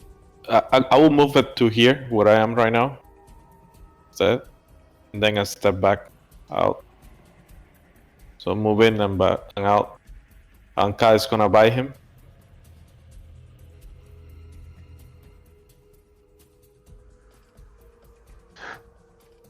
Alright, Car jumps up and just bites onto the back of his shoulder. And the frost giant is coughing and spluttering. And I drop my crossbow and I use my rapier. That That's fine. hits. Nice. And you stab into the side of his neck, all the way up into the crossguard. And he's on the brink of death. Both Ka and me heal this round, so first one's Ka. Second.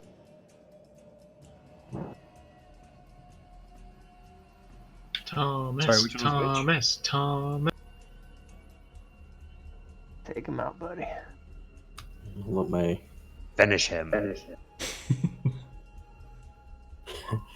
hold up my diamond and a lightning crackle from it again and shoot the second level.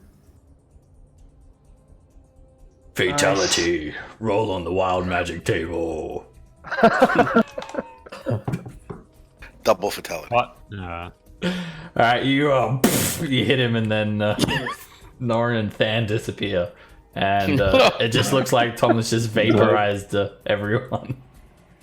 Thomas, what do you do? You kill your friends. Did it make the giant invisible too, or? Yeah, and then the giant he goes invisible too. How many rounds is the heal baby around for?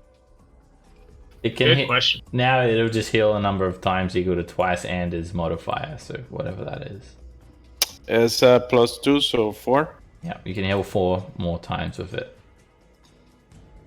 It's anybody? Oh, Roderick, Noran, Ka, and Lily. So it's 3 for Lily. No, 1 for Lily. Okay. We're rationing here, guys. You said me 4th, so I assumed 4th. That wasn't him rolling. For that, or?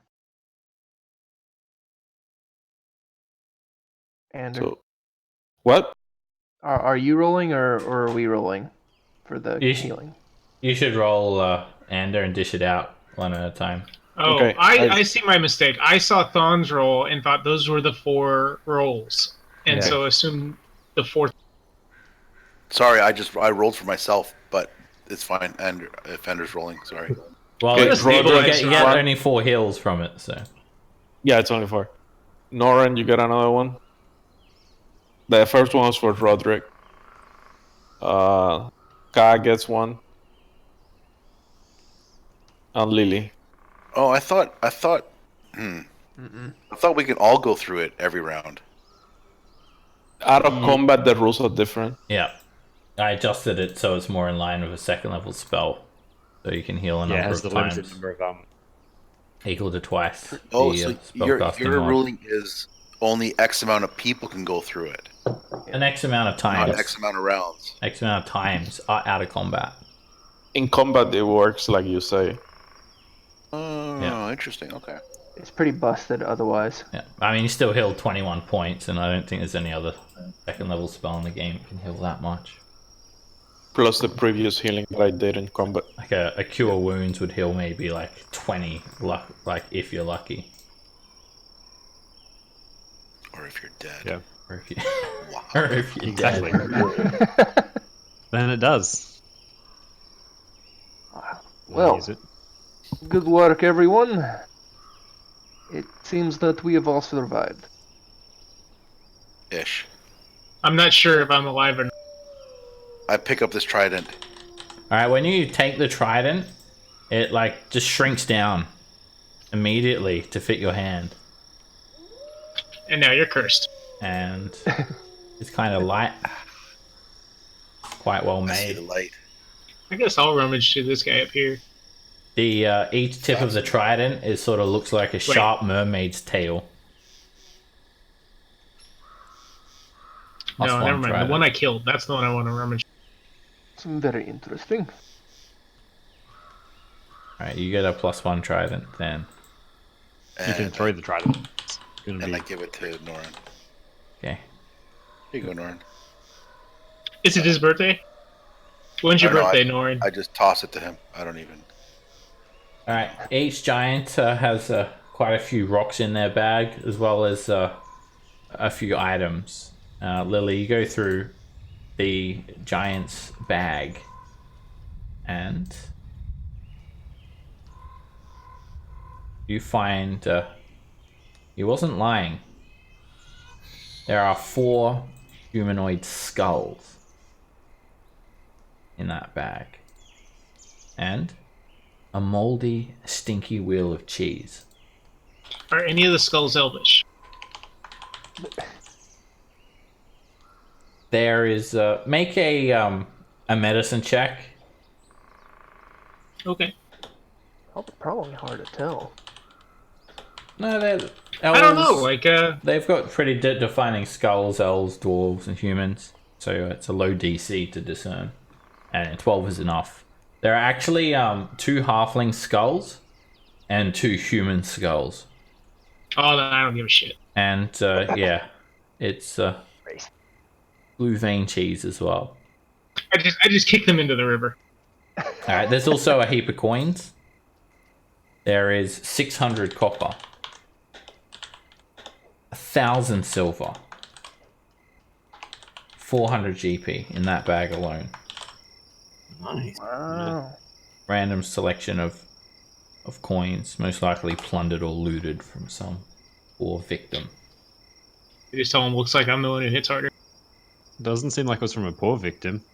Guy was rich. A rich victim. Alright, who wants to search the next bag? I'll check this dude. Alright, Roderick. There is Because he almost 3 made me rocks. and all. Nice. And you hear something from Can within I the bag. use my stone cunning to determine the origin of these rocks? Yep. They from a nearby river. They I come just There make is sure a- everyone knows that. Okay. We can tell by the wear and the smooth surface. There's a live goat in the bag. There's a live goat in the bag. Not live for long. Who's hungry? Gore. Kyle's gonna approach. I'm gonna start casting prayer healing. By the way, Okay. Goat rolls initiative. No, I'm joking. Alright, if you want to just He's gonna kill me. take the goat, just Again. it's the frost giant's food. And those of you that have a bit of knowledge of giants know that frost giants, they like to eat their food living. They don't cook it, they just eat it raw, so it's nice and fresh. Right. So it's a nice fresh Sweet. meal that the giants have prepared here. And there's also a number of coins. There is 1,500 copper, 600 silver, 200 gold in that bag. Oops, I said XP, but it's CP. Well, that's You a find shame. 1,500 XP and you bathe in it. No. And yeah, coins, a random object, some rocks, and a massive leather bag that's like about 7 foot long. Just it seems to be just stitched together suits of leather armor that have been like made into this patchwork bag. And Thomas, you're on that last one there.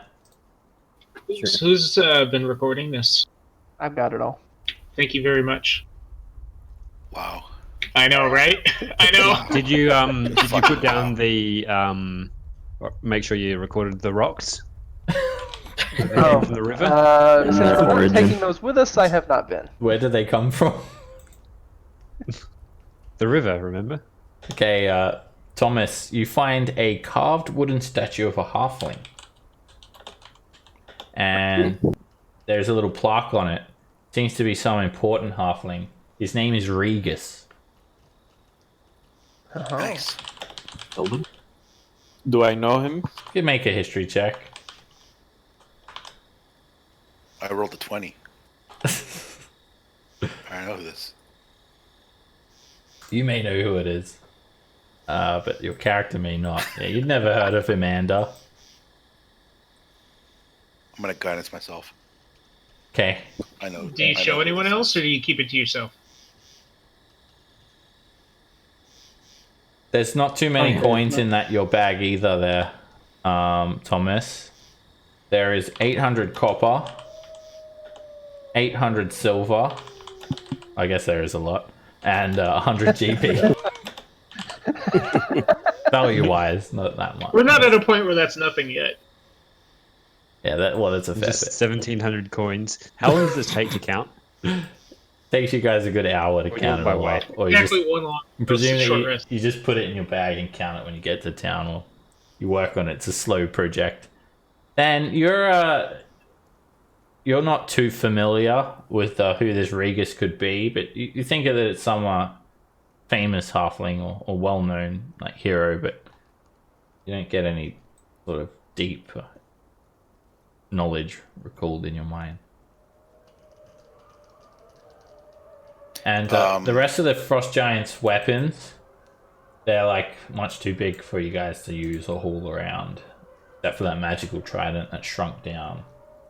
So the hand axe that he was using, is it around the size of like a great axe? Oh, it's way bigger than that. It's way bigger than that? Okay. Yeah. I figured. It's about twice the size of a normal hand axe. Oh, I guess that is about a great axe. It's, yeah. It's bigger than a great axe, basically. It's a very great axe. It's they look very sort of like well made in comparison to the Frost Giant's armor. It's definitely different sort of. Whoever has created their weapons is different from whoever made their armor. Right. There's like a bit of craftsmanship involved with the weapons, but the armor is just patchwork. Bits of like one of their suits of armor is literally just like 15 suits of stud leather armor that's been sewn together, and some like bones mixed in with that, just, like cover their flesh.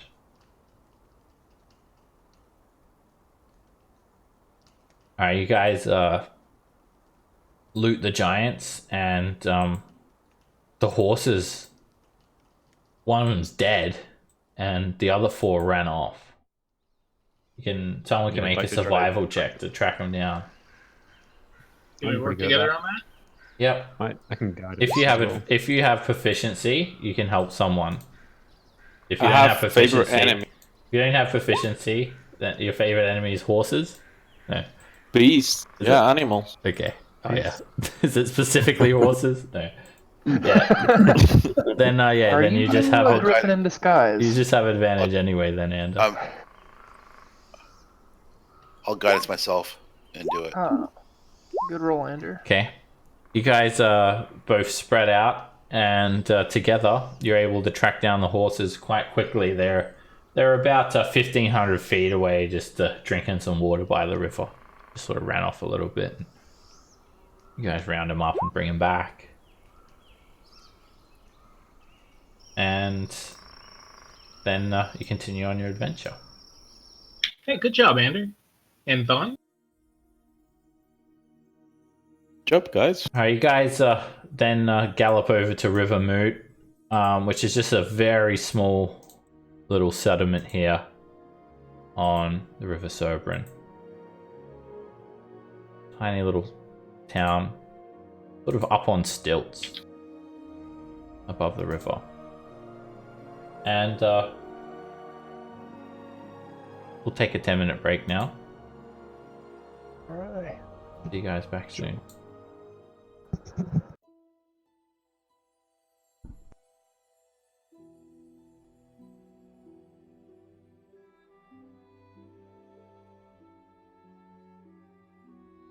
If things get really bad, you can use rope trick and hopefully just wait now for people to bail. Wait for them to get bored.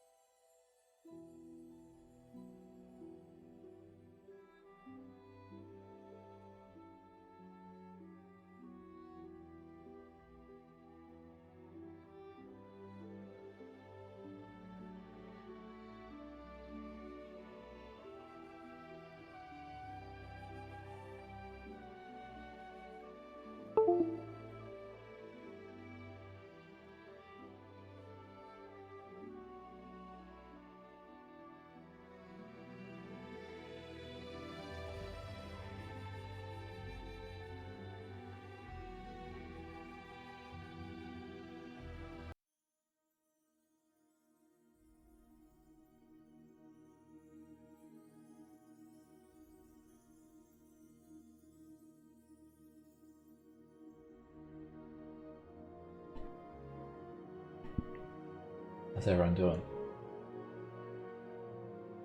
Good. Yeah.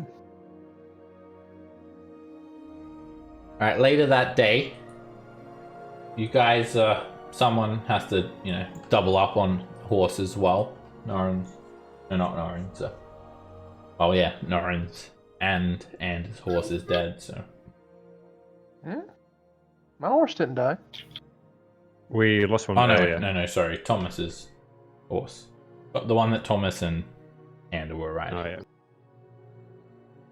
So, you guys double up, and later that day, just before sunset, you arrive at River Moot. It's a very, very small village, and it just stands at the west end of the Roll20 Road. And it is a fortified town. Well, it's not really fortified. It's just a small village built where the Roll20 and Surbrin rivers meet. Some simple, just wood frame dwellings. They're all up on stilts. Although they're not, some of them are sort of built over the water or on the water's edge. But it's they're just raised up to avoid flooding from when the river swells and rises up during the spring. There are canoes tethered to the small cottages, and you sort of head in and you just see a mixture of dwarves and humans. It's a very small town. They have like a bit of a market. They also have some nice little barges with that you can go up the river, and there's different foods that you can sample here. They as far as the market goes, they have a small selection of weapons and armor. Everything is got a 20% markup on it. It's only a small village, and they have adventuring gear up to the value of 25 GP. Just a small selection of items. There is a bit of dwarven influence here because it's actually not too far away from Mithril Hall. And then there are a lot of dwarves here. But other than that, it's a pretty small town. Not much really happening here. You guys can all get yourselves just a small inn for the night. It's called the Bearded Face. Sounds Named after the proprietor's mother. It's a modest room, and it costs you guys a total of 15 silver. Oh no. We only stole like 3,000 earlier today. Yeah. And you can get your horses stabled for another 25. So it costs you guys 40 silver to stay here the night. Can we buy actually extra horses? It costs more for the horses than it does for you guys. Do they have any? Do they have any other like horses around that they might be willing to sell? Yeah, So there we get a are couple more. there are a couple of animals for sale here. There's a few horses. They have some like barding and stuff for horses as well, but it's a little bit expensive. The horses themselves, they cost 100 GP for a riding horse. It's a little steep. It's up to the people without the horse at the moment. Would you like a horse? Yes. All right. Of Well, course. we have plenty of money at the moment. So is it 100 each? You said? Per horse, yeah. And they assure Okay, you so- that they're tougher than like a dwarven stable hand that sort of sells them to you. They're tougher than any horse that you'll find. These ones grow up in the harsh conditions of the north. "They're true north." He tries to reassure you all. And I am sure. I would also like to buy armor for Ka, a studded leather. They they don't just have snake armor sitting around. Oh my god. Why not? But They're great companions. there is a leather worker, and he swears that he's a dwarf as well. That he won't make leather armor unless it has some sort of steel in it. So he'll only do studded leather, and he assures you as well that the steel is like made from the finest copper and iron from Mithril Hall, forged by followers of King ex-King Bruno Battlehammer himself. Yeah, actually, So- that one is better. Real quick, would this be like a leather sock then? Basically, it's like a large sock with metal studs in it, and Look cool anyway. yeah, you'll have to stick around for an extra day, but then they'll make that custom-made armor for. Let's have a look here. What's the usual price of studded leather? Is it 15? Pretty cheap. Dang. Well, that's just normal studded, but it's more expensive than that. I'm just checking. So Is 45. So it actually costs 200 gold. I would like to buy it. Car's basically the party leader, so if anyone disagrees, he'll just kill them. So, he'll just take How it. much they got- I think How much do getting we have party and what else leader does is worth everybody it. else want? What was that? I'm just gonna say, I mean, to make a decision, maybe we should know how much we've got and what everybody else wants. With the 200 gone for cause barding, we have 1900 gold still, with about 90 platinum, 3700 silver, and some copper. So, would it be fair to assume I can find like charcoal for a find familiar spell here? Like, since it's normally only 10. Yeah, they can. They have some like incenses that you can buy. It costs 12 GP per mat. Find familiar Thank you. casting mat. Yeah, they've got the components for that. You can buy them for 12 each, and you get that barding. It's studded leather for car, so I think it's like what 13 or is it 12 plus dex? Yeah. Yeah. Plus my proficiency. Proficiency. Okay, So 19 get armor class. a studded leather sock, a stocking because we're getting close to Christmas. And I would like to pick up 3 more javelins to round out my 5. These I javelins, can friend! They're gonna strike true! The finest I am steel sure they will. in all the realm!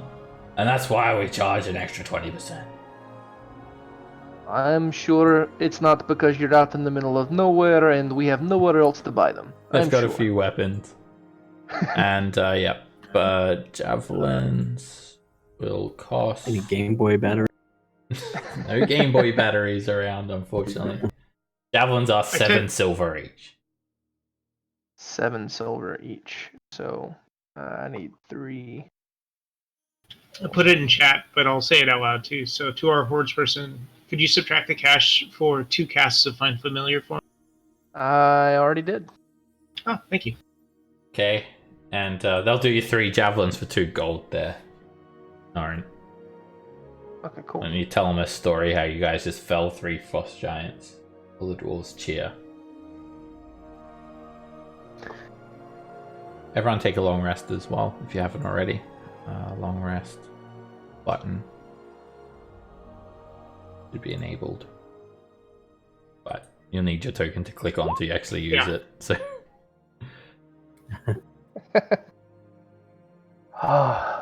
Full up on javelins. I'll just move you a guys good over this feeling. map. It's a very small town just on the river, so You guys have your tokens there if you need to take the rest. And yeah, a good place to stop and recuperate.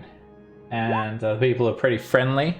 You hear a little bit of talk about King Bruno Battlehammer and how he is left to reclaim Gauntle Grim, and how the new queen of Mithril Hall is Queen Dagnabbit, and yeah, Mithril Hall is like up to the north. It's a heavy fortification where all the finest dwarven craftsmanship is.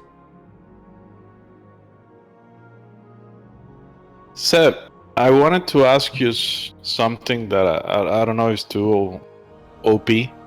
The good berry spells, the berries last for like 4 hours, right?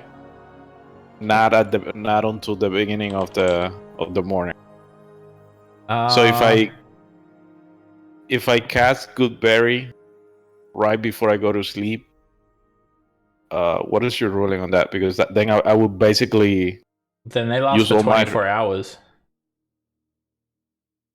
But I might have. Can I cast them? Like, for example, use all my first level spells to get 40 good berries for the rest of the day tomorrow. Then you could. It takes an action to eat one, though, doesn't it? I thought they only lasted 8 hours. There's a duration on them. It's 24. 24. No, the spell Shit. says 24. Yeah. Here's what's fun: combine it with a life. Actually, if you cast it again, only 10 of them are going to be of use. Okay, Because it's so the same, I have same spell, so you can only ever get benefit from 10 of them at once. Okay. So 10. I'm gonna have 10. Yeah, you can have 10 back up, and then you can eat them and cast it again, and then get another 10. But So at the end of the night, I'm gonna cast 10 for the morning. yeah, and then you can have the 10 and still have your spell slot, but because it's a spell, if you cast it again, any more than 10, they'll do nothing, because it's a spell of the same spell. It can't affect you more than once, basically. Okay. You have to eat those 10 before you can get any more benefit. You hear that, Cut? Gonna force feed. Says, alright, you should be able to, yeah, you've adjusted Car's AC, right? Yeah. You can write it in as well that he's got studded leather. Where would I write that? I think, for some reason it's showing is, alright, I gotta fix up his AC because it's not right. It'll be, let me fix that up. You put it for these NPC character sheets, you put it on, where is it? Armor class type. I'll do it for you. Studded leather. Yeah. Oh, alright. And I'll save his AC so it's correct. Yeah, he's a tough boy now. That AC that he gets, it's just a static bonus from your proficiency, right? Yeah. Yes, he gets. It's not a calculated AC. No, it's the normal AC, so 12 plus dexterity, so 16 from being a snake with armor. Yeah. And the other 3 is for proficiency. Okay, they stack.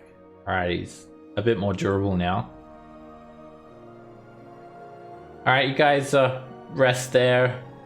And if anyone want to do anything else in this tiny town, are you guys ready to head on? I would talk to Than. Yep. Maybe we should contact Zindra and tell her to take our other horses and meet us in like Everland or something. Okay. I can send her a message. Tell her to meet where? Everland. I imagine by the time that we get there, it's a larger city. Maybe meet us in Silvery Moon. I don't know, but we do have mole horses, so we can sell some at some point, but or just have that. Okay, so get her to meet us at Silvery Moon. Sure. Okay. Done. Okay. Send a message. And can she reply to that? I think she can, right? Mm-hmm. Alright, what's the message? It's what, 25 words or is it longer than that? 25 words. I linked it just so there's. Alright, what do you tell her? You type a message and she'll type one back. All right. I'm a very slow typer, so do you want to do it, Norn? I'll send whatever Norn writes down to me. I give him a note to read from.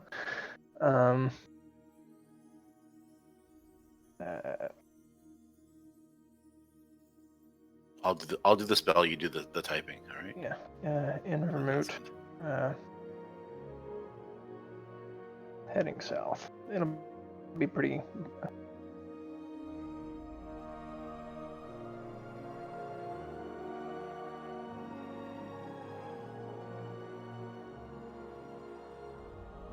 Just quick. Alright, she responds, Tamerlane was concerned.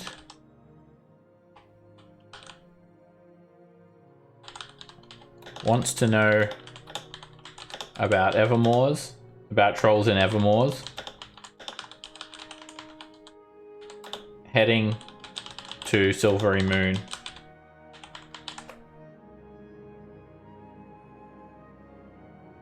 Tomorrow. Lol.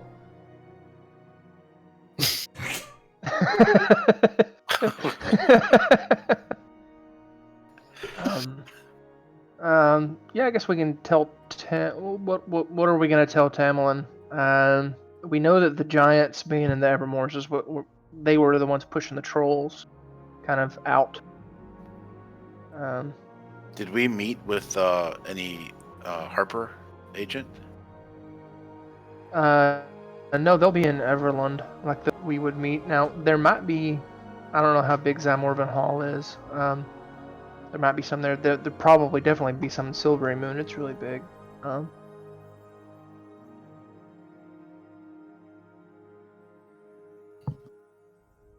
Okay. I mean, we could tell Tamerlane why the trolls were doing what they're doing. I don't think there's really anything that we could do to stop the giants from doing that.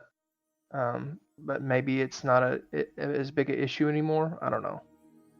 Well, do you think they should know about the Zentarium meeting? Or is that something that we should just reserve for Harper's alone? Yeah, we'll let the Harpers know.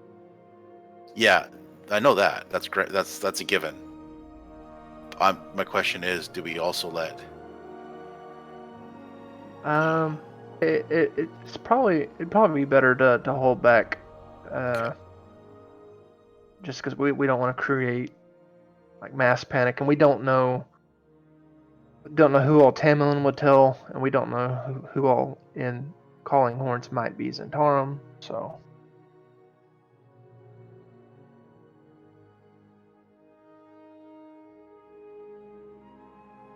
Alright, if you guys leave very early, it will be like a 1-day journey to Dimorvan Hall.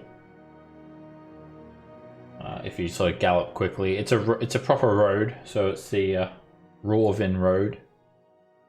I mean, it's relatively safe. You're not really expecting any trouble. Actually, lightly patrolled. Follows the River Rawvin to the River Moot and then to Jalantha, passing through Silvery Moon, Everlund, and many smaller settlements along the way, such as Dimorvan Hall.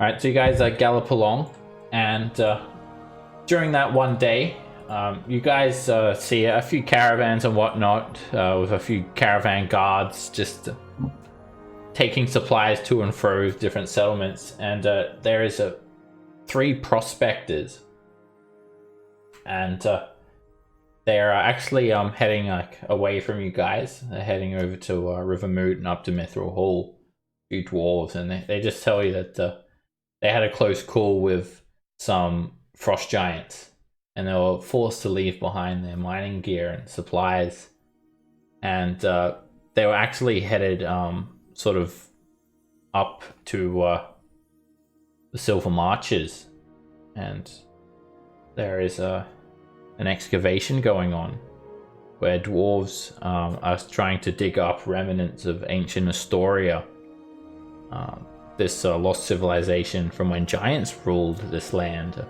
tens of thousands of years ago, and they were headed to this excavation site to deliver some supplies, this dig site, and they were basically chased down by frost giants, and they had to flee, and then frost giants basically robbed their stuff, and now they head back to Mithril Hall to report to Queen Dagnabbit.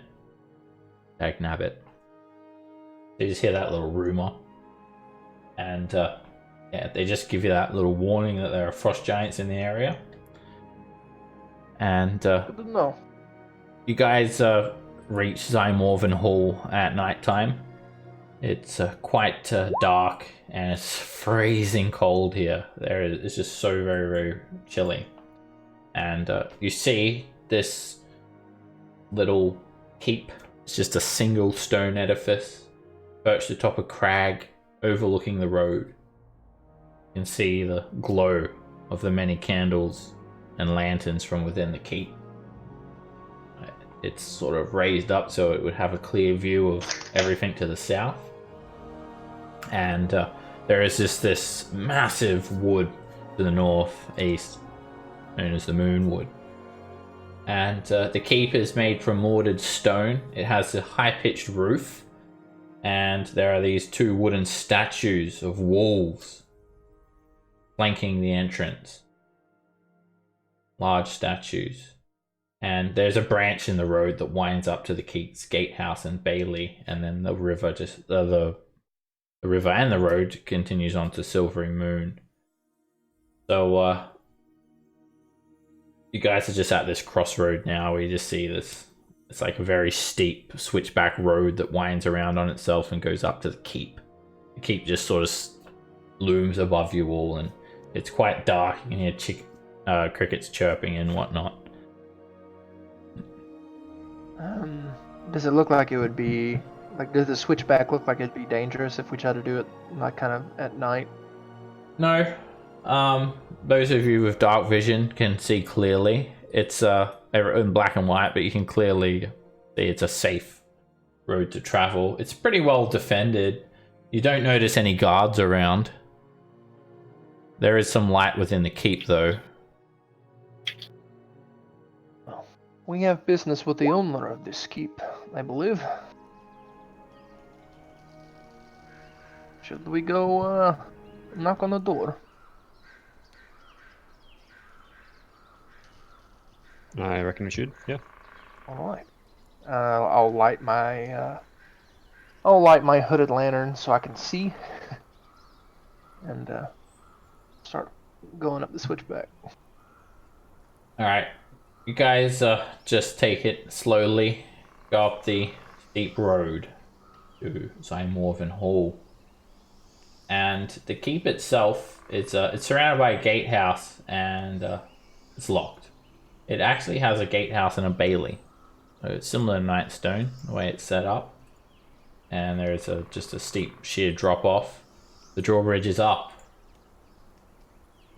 You guys can't get into the keep. No way to knock. Can you call out? Yeah, I'll just yell. Hello, the keep. Is anybody awake? Alright, you guys call out, and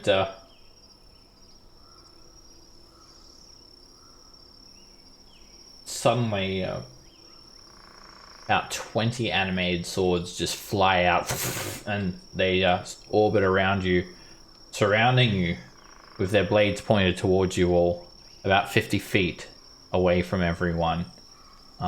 Just a complete circle around everyone. Animated swords pointing towards you. And this tiny little blip of a figure appears from one of the tall keep's windows. You just see his silhouette outlined in the darkness and the light behind him. "Who the bloody hell are you?" he yells out. "Identify yourself, or be pierced!" My name is Norin. I was told by Urgla Meltimer to mention her name. She sent us. Ah! You don't look like soldiers. You definitely didn't give the usual greeting. And Norin, make a persuasion check with advantage.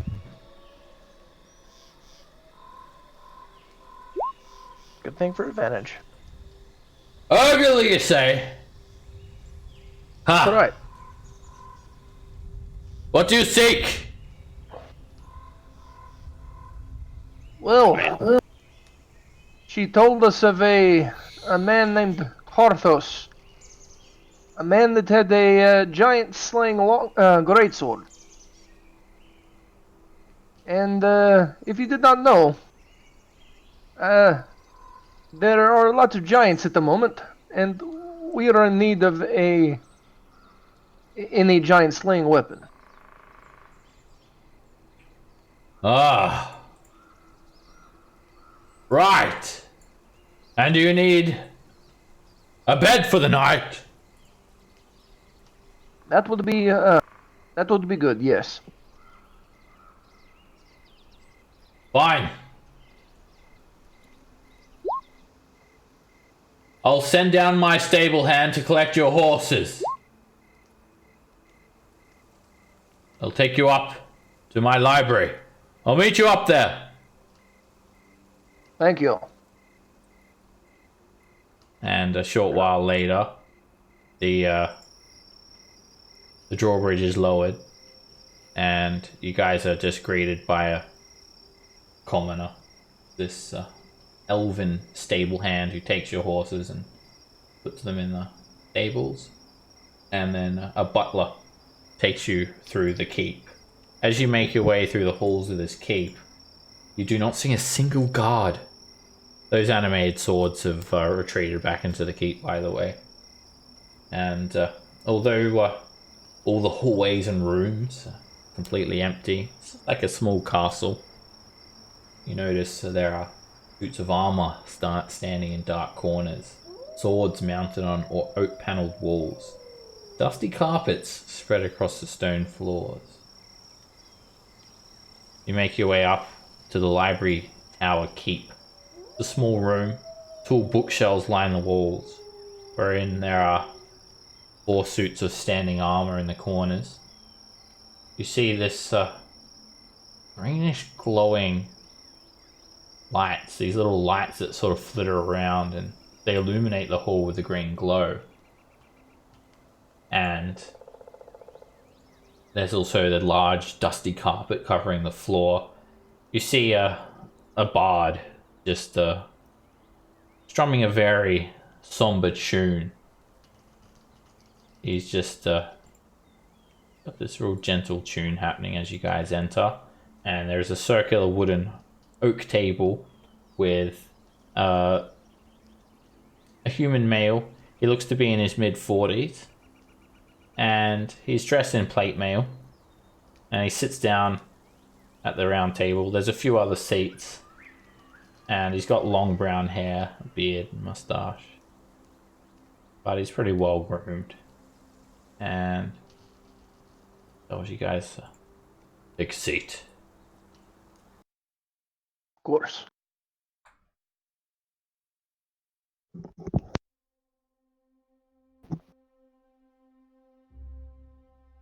Wine, anyone? I Certainly. won't say no.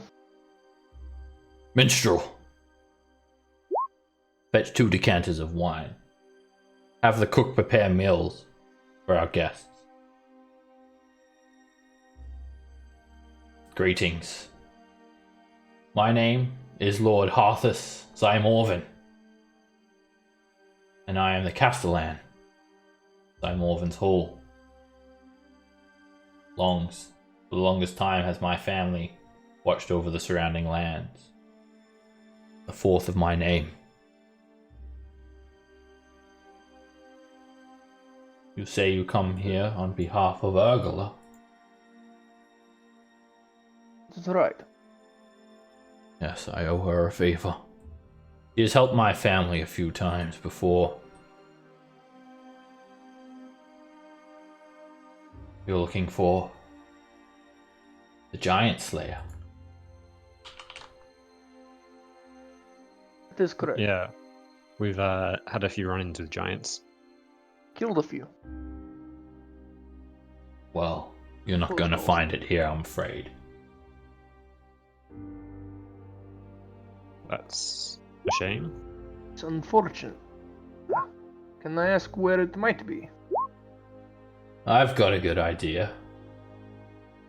My bloody son stole it. Stole the sword and took off. Is the name? Yes, he is indeed. Young Arthur. You see, he married a thief, and I could not have that tainting our name. So, he is no longer my son. Huh. You think?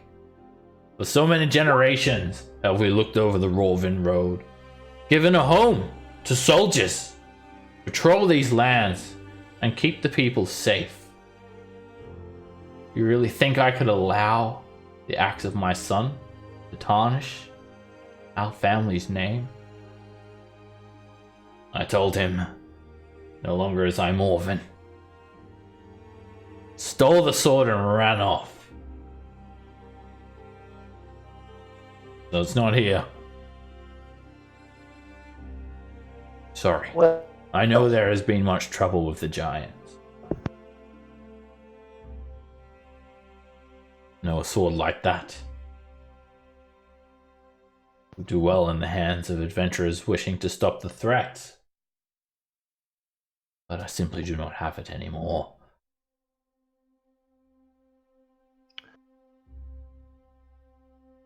Sounds like we should find your son.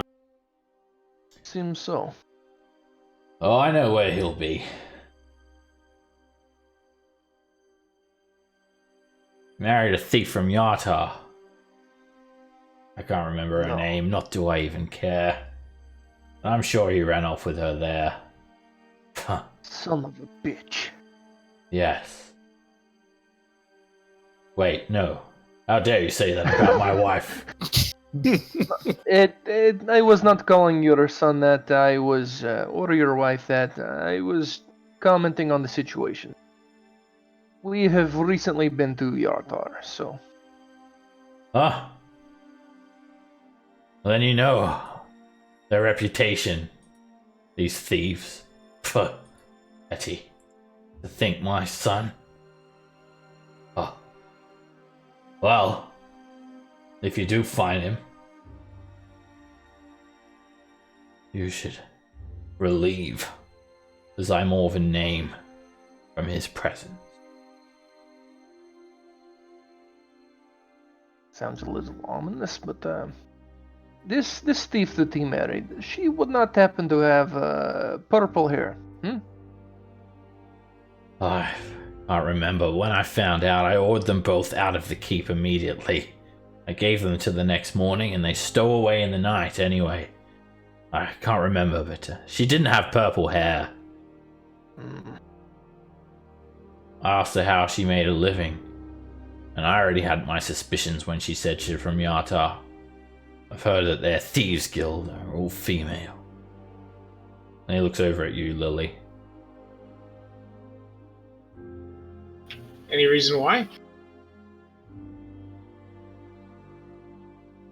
Because you're a woman and you just came from Yata. I just frown at him, back at him. I'm not gonna dignify that. Well, you're here now. I'll have my cook prepare you a meal and have a bed for the night. You'll be on the road tomorrow morning. Where are you headed? Silvery Moon first. After that, maybe Everland. Golden Do- Fields. Now I've got kind of my hackles up. Does he do I feel like he's been dealing straight with? You can make an insight check. Boom. Yep. He seems to be quite stern. He doesn't seem like he's the one to mince words. Very straight and narrow. Ah, Silvery Moon. Ah, quite the beauty. You know, they call it the Gem of the North. I've heard. Yes, if you're looking for knowledge, it's an enlightened place. They have the greatest libraries. All of these books around you that you see, they are all born from Silvery Moon.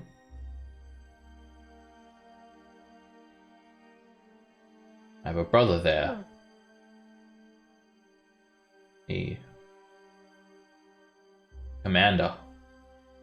Silvery Moon's Night Defenders. Very prestigious. Yes. So, what are you doing in Silvery Moon? You are my guest. I should know what your purpose is. Just to pass through. Oh, no affiliations there? We're meeting a colleague. Right. Well, if you don't want to elaborate, far be it from me to pry into your affairs any further. It's something to do with horses. Right. Well, if you do find my prick of a son, I wouldn't be opposed to you relieving him of that sword, at least. We will ask nicely. When I was in my heyday, I wielded that giant slayer. Could drop a giant to their feet with a single swing. Off their feet.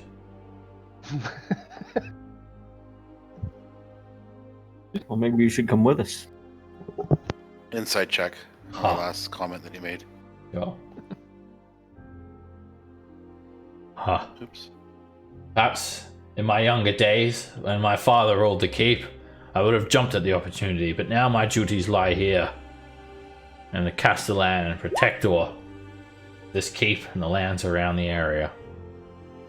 And from what you've heard of this sword, his story is corroborated with what Urgula said. A giant bane sword that can, be very effective against giants.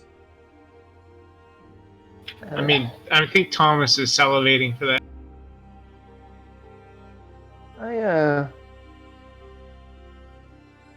You say that you are the castellan of this place, and that you watch over the road. It seems very empty. Do you have no men? Or That's not your concern. just curious, that is all. I meant to no disrespect. Sometimes looks can be deceiving, my friend.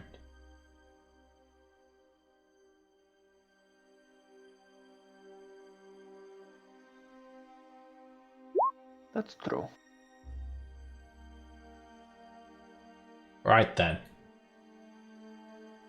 Anything else I can get you?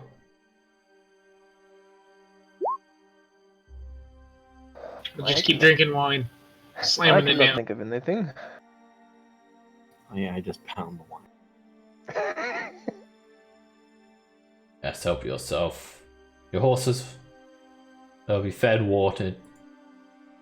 They'll be waiting for you in the morning. Thank you. Fetch 5 gold, I could drink you under the table.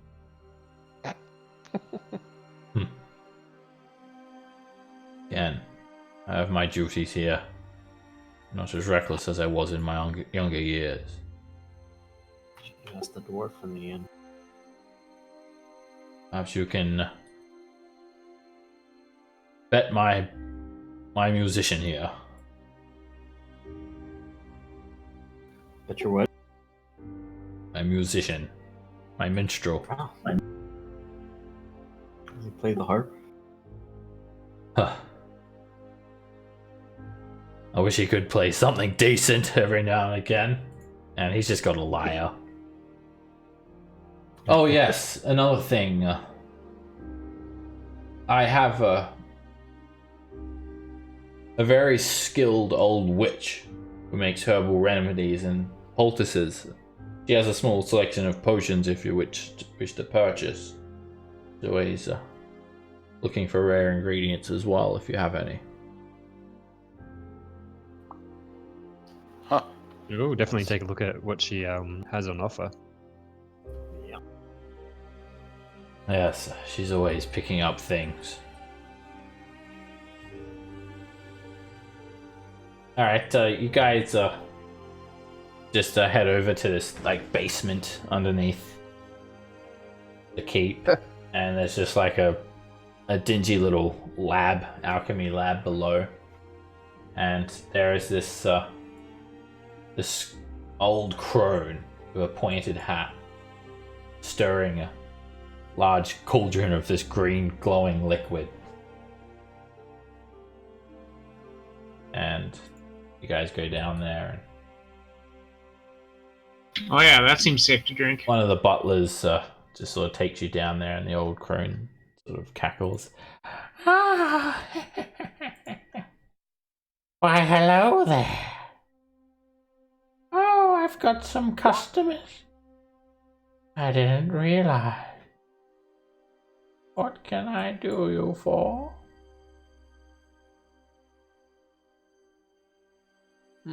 Need something in particular? I've got plenty of lovely unguents that you can rub all over yourself, or you can rub all over me. What potions do you carry? Oh, is that all you want? Just For now. potions? Oh, That's how wow. we get started. I am known for my poultices, but I am a purveyor of fine goods as well. This is her. Oh, okay. There's a witch written all over. I have a small collection of magic items that you perhaps would like to purchase. Well, show us what you have. Tell us your wares. Well, let's start off with my potion. She pulls out this red potion. One sip of this, and you'll be breathing fire. The potion of fire breath.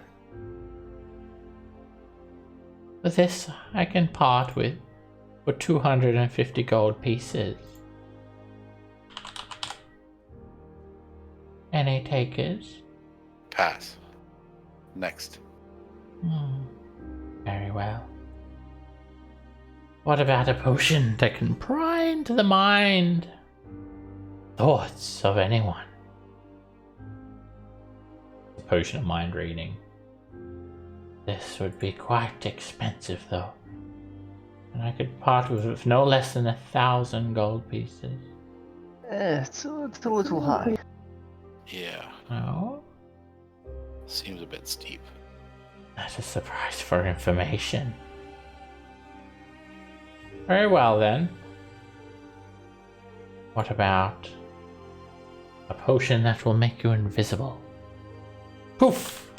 One sip, and you'll disappear. That can come in handy. Potion of invisibility. 50 gold pieces. This potion is very rare. Is it now? Yes.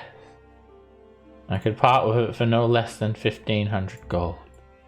Ooh. Jesus. Alright, I think we're done here. What is Jesus? It's It's something that one usually Thomas, says for some yeah, Reason. Thomas I says don't it know. a lot. Apparently he's like a 8th It's level a cleric. curse word they learned from. That is So unfortunate. Well, I have a couple of other items. What about a ring? more. To allow you to jump 3 times your usual jump. Jump. For how much? Well, this item. It's not Yes. too rare. Oh, okay. Ring of jumping. I believe it's uncommon. I better double check that though. Because I don't want to rip myself off. No, I believe it's just a common 50 magic silver. item. I think it's not that much. Sold. It is uncommon. And I can sell it for a special price of 300 gold. Oh, that's not Sold. bad. Yeah, I would that's love not bad that. at all. Is it required? Yeah, it does require it, doesn't it? Alright, let Couldn't you tell cast you the to jump find out spell what as else a she had. bonus action. Well, we can pay. We can pay for that with most of the silver because we have 3,700 silver right now. So I could. And we have Sure. some. We have some gems too that we could trade. The copper. Well, I mean, the copper. It's only like 38 Oh, gold. worth I'll of take copper. gems. Or rare herbs, perhaps? Oh, we have some rare herbs, don't we? We have about 15 gold worth of incense. Promise, you're from California, don't you have some rare herbs? Indeed, I do. You're looking for sativa. Indigo. You guys want to see what else she has before you like commit to the ring? I already Yeah. committed to the ring. Oh, I have one other item. Just Don't care. a cloak that will protect you. That's all. No, no How big much? deal. So it should be pretty cheap. All right, Oh, yes. how much? Not much use for me. 200 gold and it's yours. Oh, dude. I'll buy it. Yep. All right, deal. Do we want to go ahead and get the ring of jumping as well? Yes. 500 gold. All right. Let's see. We can go ahead and we can trade her. We have 2 tourmalines that are worth 100 apiece. So that's 200 off the top. Hang on to the big emerald for now. Perhaps she wants some fine clothes. Ah. Would you like some fine clothes? In What are you trade as trying well? to say? I'm not trying to say anything. We just happen to have some fine clothes. Thought maybe you might want some. But if you do not, that's fine. No, thank you. I'm quite happy with what I'm wearing. Oh, by the way, is anyone interested in a spell scroll of Earthquake by chance? Looking to level any towns around here? How much? Well, now that you bring it up, 4,500 gold pieces. No, thank you. It's a Yeah, little less. that's than a- that. Have a nice day. It's a very difficult spell to cast.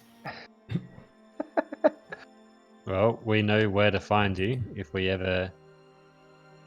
Oh, yeah. Perhaps, that. perhaps you have something that you're looking for that if we were to find it, you would greatly appreciate us bringing it to you. Is there something that you're looking for, Oh, just or any... perhaps in need of from the Wow. outside world? Now that you say that, have you ever heard of a frost salamander before? Their blood is as cold as ice, and I just need a little bit for this potion that I'm working on.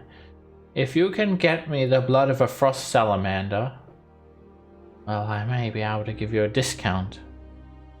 But don't get your hopes up on any particular item. They're always changing. You never know what I may have in stock. Of course. That's fine. That's fine. We'll definitely keep an eye out for the frost salamander blood. And return if we do find some. Well, we have somebody who could track one down. Do we?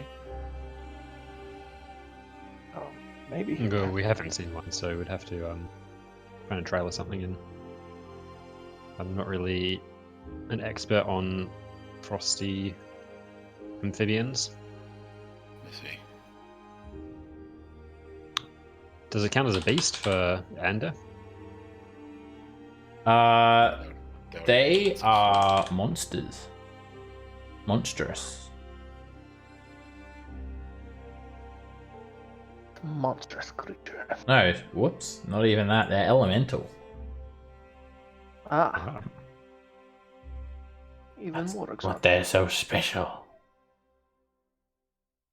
Oh, there's one other thing you could do for me. And she Which starts is? just stirring this big glowing green cauldron.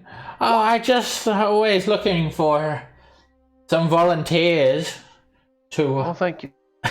try Is animal testing okay? one of my Because a bag of shrimps. concoctions.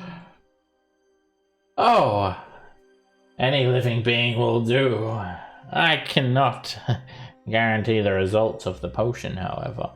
In exchange, I'll be willing to offer you a potion of healing for free. I'll try it. What do you need? Somebody to drink Belly, some of the bag of Oh, tricks. you just need to drink this so I can see what's going to happen. This is a take a risk kind of guy. He'll Alright. Is it something that Thomas will try. is it Thomas something? is a gambler, man. I'm gonna guidance myself before I sip. Oh, you Thomas is a gambler. I only in need all- one. Only one to test. Oh, if Thomas goes for it, then that's fine. Alright.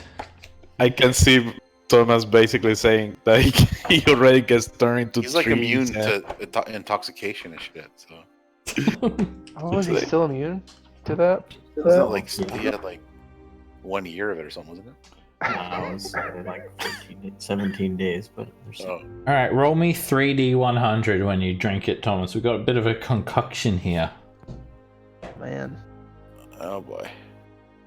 I think I'm gonna step outside of the room. Yeah, I already backed up. Oh, what am I doing? I'm right watching next to closely. Thomas.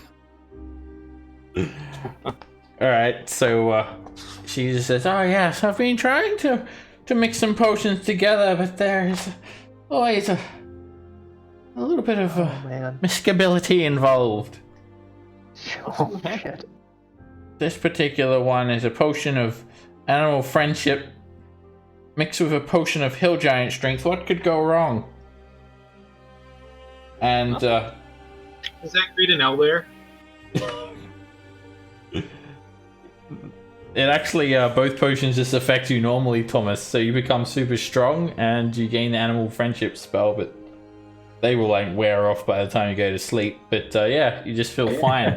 Interesting. Thomas, Holy shit. use that strength to convince us you need the two-handed sword. There you go. Thank you for. Thomas just starts Your doing one-handed service. push-up. No big. That went a lot better than last time. And then you hear like there's like this other like iron door like in the back of the room of shadows, and you hear some sort of like moaning. Oh, my stomach. Have you had dinner yet?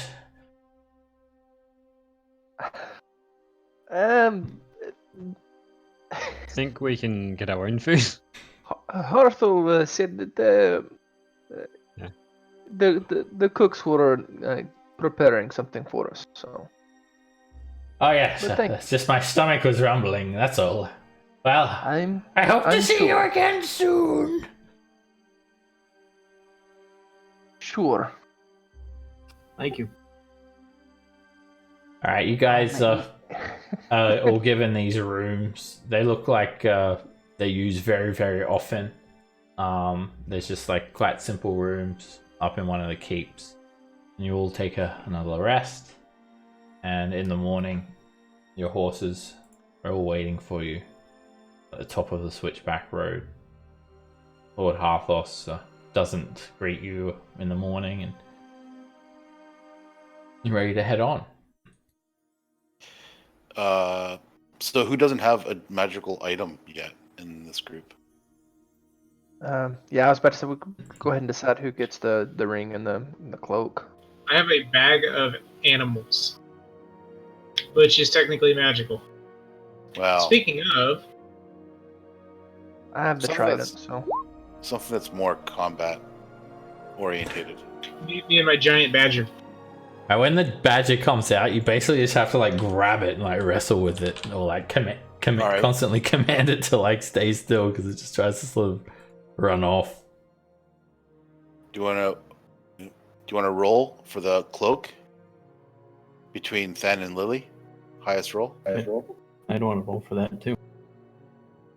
Anyone who You- wants to roll for the But cloak, then that's fine. roll a Whoever doesn't have D100. magical items should have priority.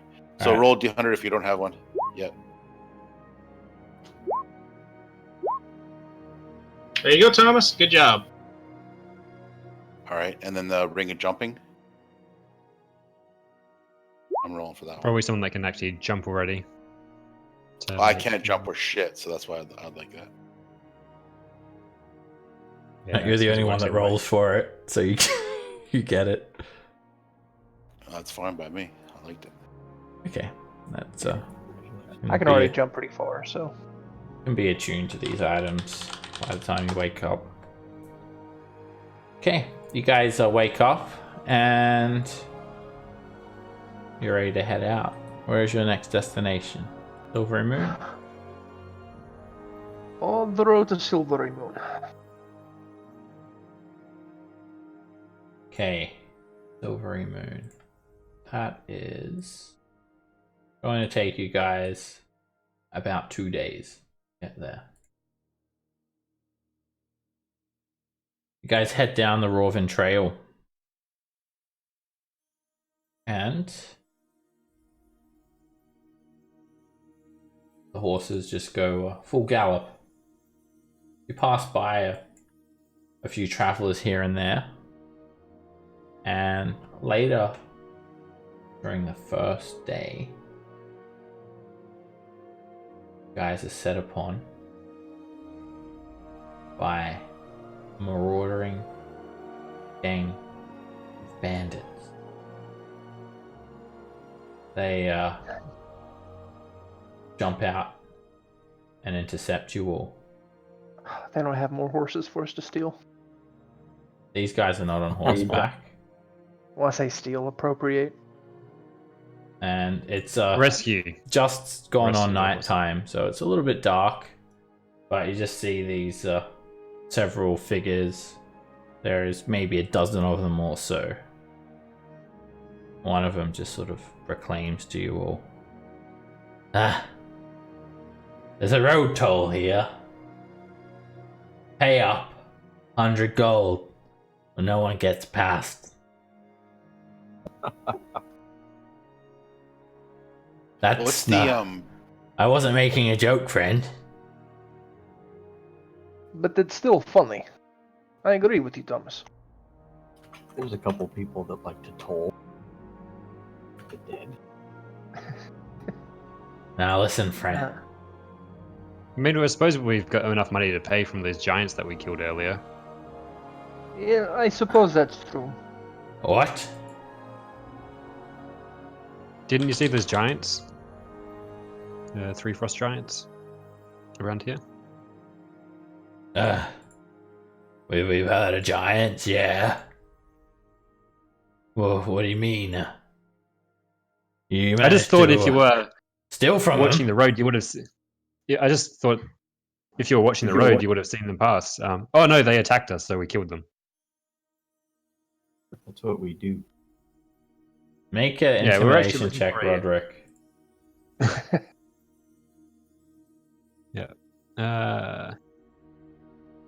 Oh, Ha ha ha ha. That's a funny story, friend. Funny. funny Oh shit. story. I start Shit, tumbling. here we go again. And I take out my trident. Whoa, whoa, What's whoa, the, whoa, whoa. None of them have drawn weapons. Oh, okay. I thought they were about to initiate combat. I'm gonna light my lantern. Oh, no need for weapons, friend. I'll cast light on my dagger. Yeah, I'll give you guys light sources. You would have been using them to travel. It went dark about 20 minutes ago. And Are they've got, they're all humans.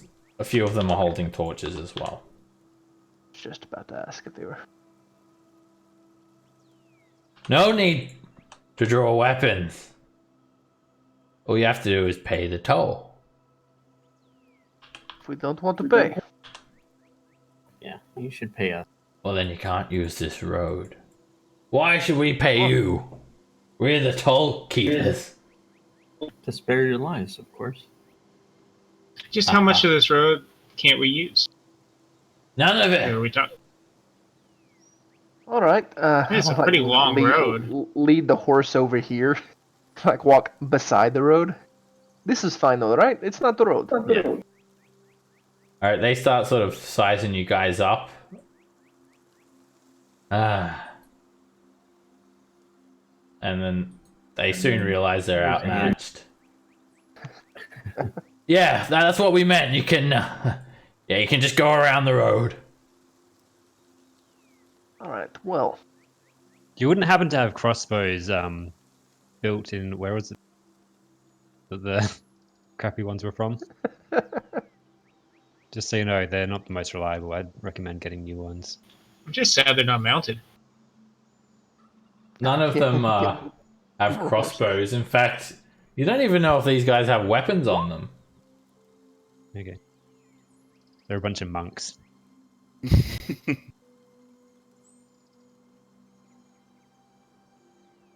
Alright, one of them, then the leader, the captain, he comes up to you guys. Wait. Perhaps we'll let you use the road. You see, we were a big group of traveling performers, and we were traveling from Silvery Moon up to Mithril, try and get some work, entertain us, and some of the surrounding settlements. Barbarians attacked us.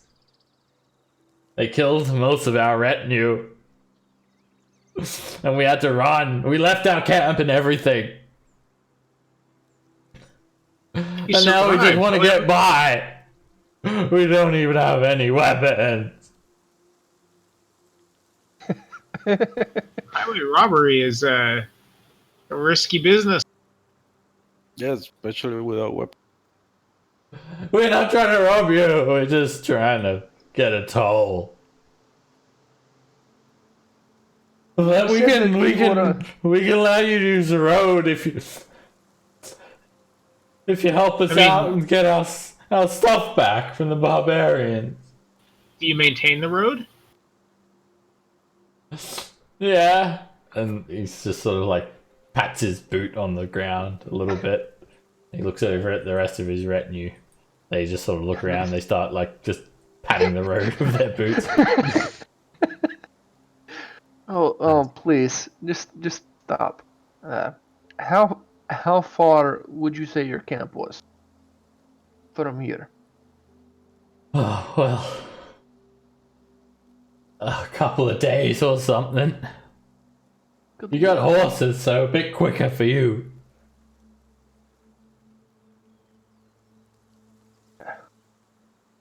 Couple of days. Which way? Towards Silvery Moon. No, it's the other way. Towards Mithril Hole. There's a camp of barbarians. We thought that they're a village, a settlement. It's a new pop-up settlement. We thought we'd go there and try and entertain them, but we didn't realize that they were Osgard barbarians. And they just attacked us, and They took all our stuff. Would we have passed this like on our way down? No. Look, you have a map. I'll show you where it was. Guys are There! Up near Mithril Hall. Right. Settled stone. Never used to be nothing there. Thought it was just a new up and coming settlement or a village. Home to barbarians. Please, friend. You guys are like already halfway to Silvery Moon. And it would be, if we were to do it, it would be what, like a day and a half to get there. Well, at a full gallop, maybe 2 days. Yeah. Yeah, about you could probably get there by tomorrow. This one here, it's like about 50 miles or so. Oh, okay. 60 miles. So take you get there like you do a full day and then like another few hours. So you'd get there like noonish around the next day.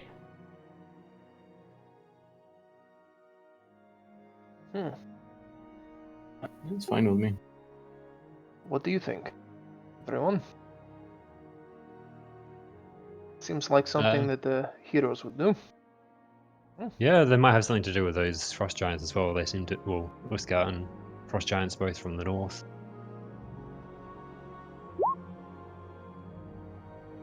They might.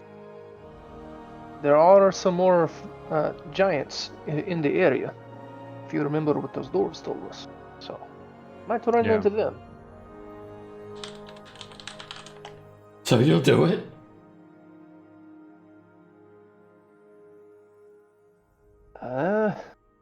I can't speak for everyone, but I don't see why not.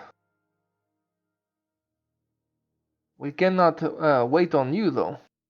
You'll have to follow us on foot. Alright, we'll follow. We'll be trailing up behind you all. You will clear them all out. Got our stuff back. You'll wait for us a day, won't you? Well, you better run. I would trot all through the night. You don't have any equipment or or weapons to slow you down, so Exactly. It's dangerous, but we'll do anything to get our stuff back.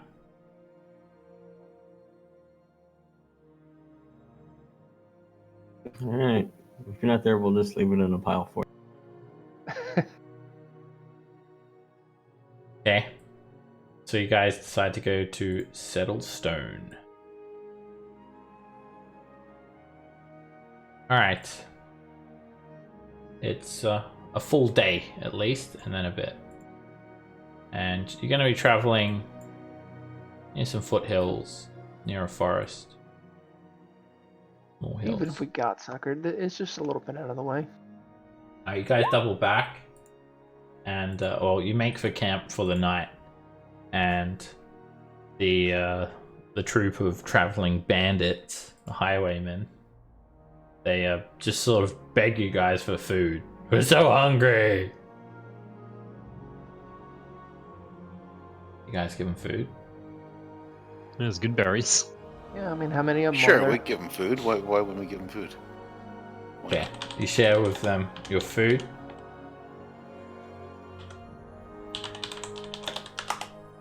And then the next morning you guys head out for a gallop. Traveling along this terrain. Early in the morning, you guys come across something. You'd heard of this dig site, this excavation. You think you found it. there is some large pieces of equipment set up. Like what looks like a large crane. Some smoke billowing out some areas.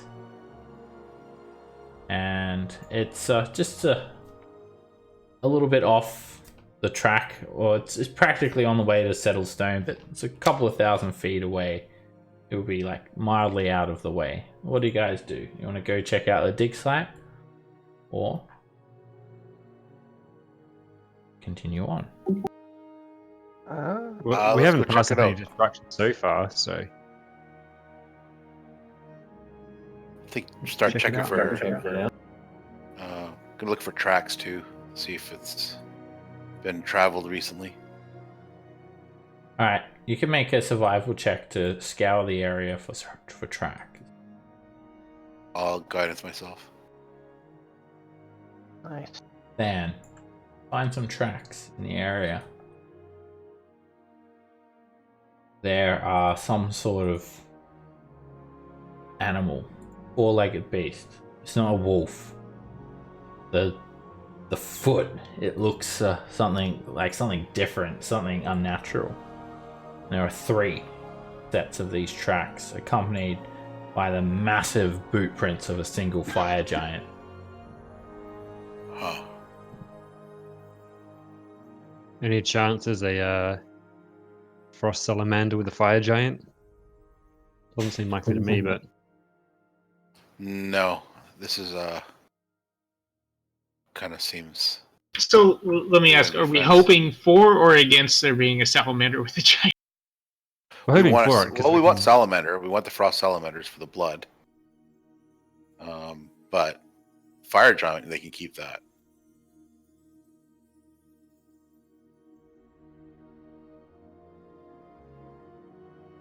Alright, are you guys gonna go investigate the dig site or just circumvent Yep. it? I think we should go investigate it. What do you guys think? That's a good idea. Yeah. Sure. You guys head over, and as you get closer, you see this massive crater, about 50 foot wide, and there is this big crane set up over the crater. It seems to be heaving something out of the ground, and you see some animals around the area. Do you guys want to approach stealthily, or just announce your presence, walk on in? I feel like stealthily might be wise. Stealth would be best. Yeah, we'll cast Pass Without Trace before we go in as well. Okay. Alright, you guys do a stealthy approach, and I'll get a group stealth check. Plus 10 for everyone. This is a disadvantage.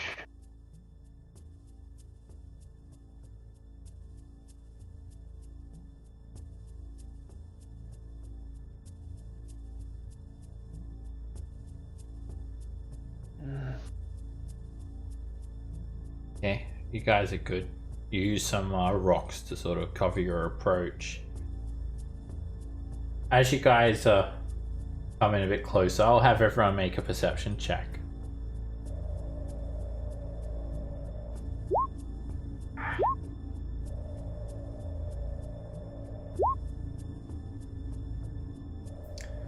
Fan.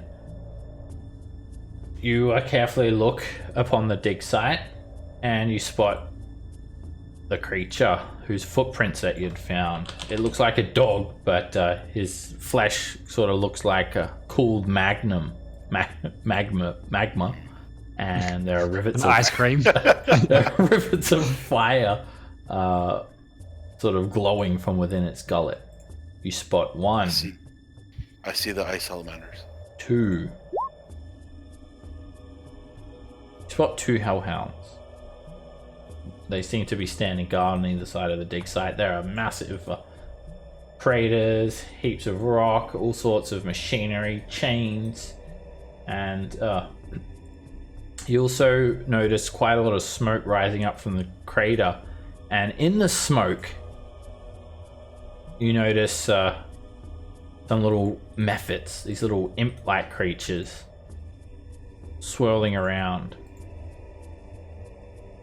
There is about 6 of them. They look like fire creatures. Are they on Smoke. fire? They're like smoke. Yeah. There is this crane as well, and there's some sort of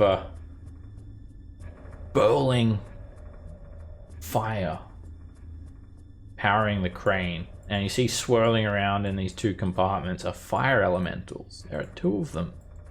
You notice their vaguely humanoid shape powering this crane, and operating the crane, obscured from view mostly, is a fire giant.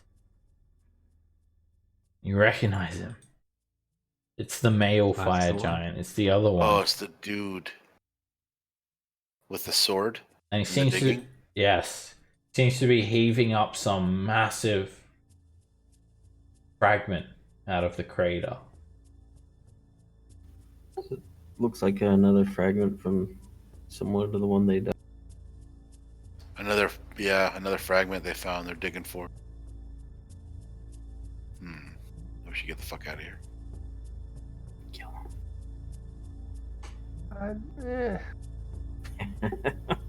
I feel like just a fireball take care of them all, I'm sure. yeah. There is only one fire giant here. Yeah, it's a nasty fire giant. Real nasty. And elementals, and the hellhounds, and the mephits as well. Yeah. They're just dogs and bonfires and stuff. Oh, they're much more than dogs. I will go with the group, but my vote is continuing on. Report to the Harpers? The hellhound makes a Seems to perception be check. Shit. But it doesn't spot you guys. Like, looks right over you all. Let's back out of here. Just starts scratching behind his neck. All this like little embers come off his body as he scratches. Yeah, let's back out. And the hellhound farts and fire comes out. Just like Mom does. Norin almost laughs, but stops himself, so he doesn't make any sounds. Alright, you guys leave the fire giant to his business, not wanting a piece of that. Continue on your journey. Sad, I was having flashbacks.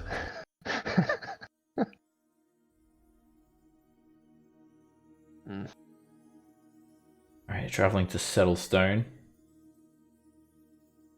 Okay, the next day, it's just nothing happens. You guys rest again, make for camp, and this is a dangerous area because you're like well off for any sort of road. So you'll need survival checks to find a secure location. And someone can give us a survival check. Sorry, for what? Find a good place to camp. Yeah, Location find a first. safe place to camp. I've got that if it makes any difference in the situation. Take a look. Wanderer.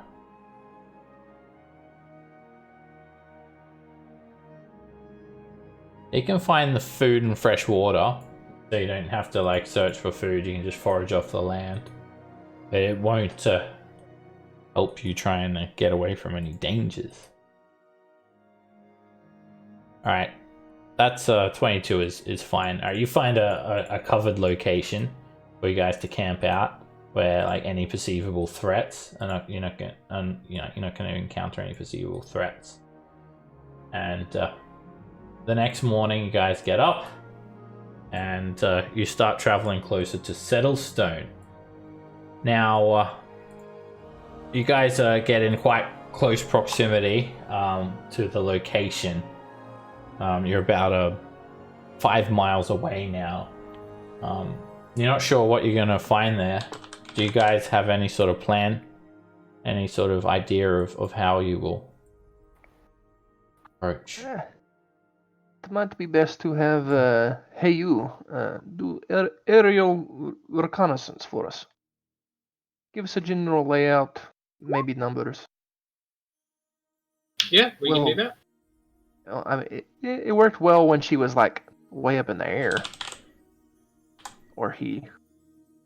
I'm okay with it. I'll pull out Hey You and send her up in the air, nice and high up to go scout ahead. Alright.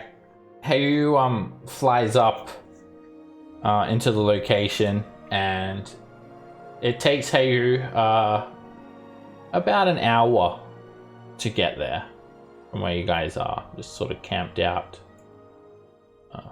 Well, just picked up from your... Not camped, you're just sort of waiting. It's a shaded area. Well, it's actually quite cold, so you don't really need shade. Cold but sunny.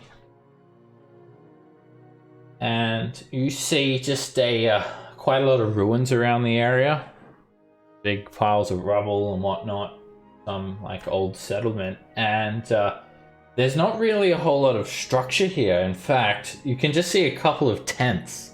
Like literally just 2 tents with this smoldering fire. And there are about 15 tribal looking warriors. They're just talking, by the looks of it, congregating in this area. They're actually up on this sort of large cliff that sort of overlooks some of the surrounding grassland area. They have a pretty good view of the surrounding area as well. And they all seem to be human Uthgard barbarians. And now, hey, you can make a perception check. Alright.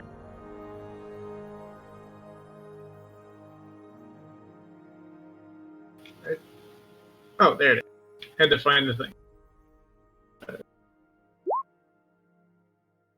Well, there we go. Alright. That's with a +3 I'll add. Ayu doesn't see any discernible features to try and identify like what tribe this is. But she does notice something.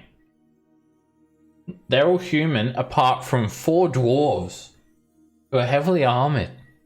And they seem to just be conversing with the tribal warriors. And the dwarves are wearing some sort of guard uniform. But again, doesn't dare get close enough or notice any discernible livery or markings or to who these guards are.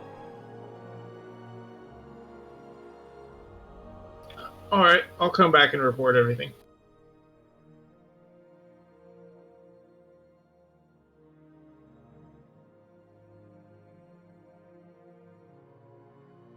Okay. Hmm. Yeah, seems Maybe to be these some guards dwarves. are from Mithril Hall. It is fairly close. Maybe. Yeah. Well, we'll see what they're up to. Yeah, we go and check. But Alright. it definitely looked like the dwarves weren't like with the barbarians, right? Yeah, they're with the barbarians. Well, no, I mean like I say with, like Fighting down with them. part of the group, part of their Wait. group.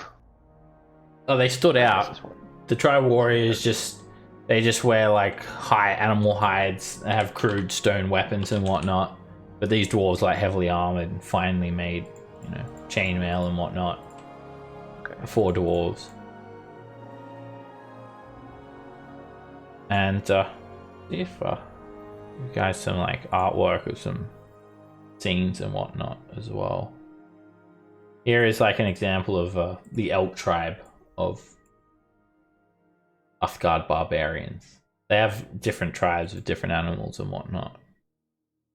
Hey, I might actually fit in with the elk guys.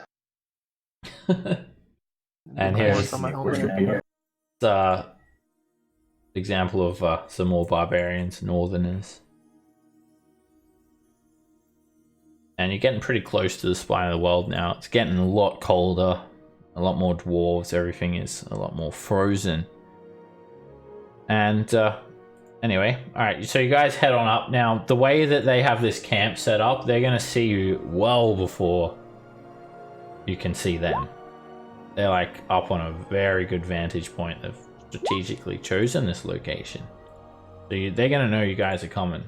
There'll be no chance to ambush them or something. Don't I go up and talk to them? Because they, well, I would. Yeah, I agree with that. They're your kin. yeah, maybe the travelers we met were making a bit of a story, or maybe it's It's Who knows? possible.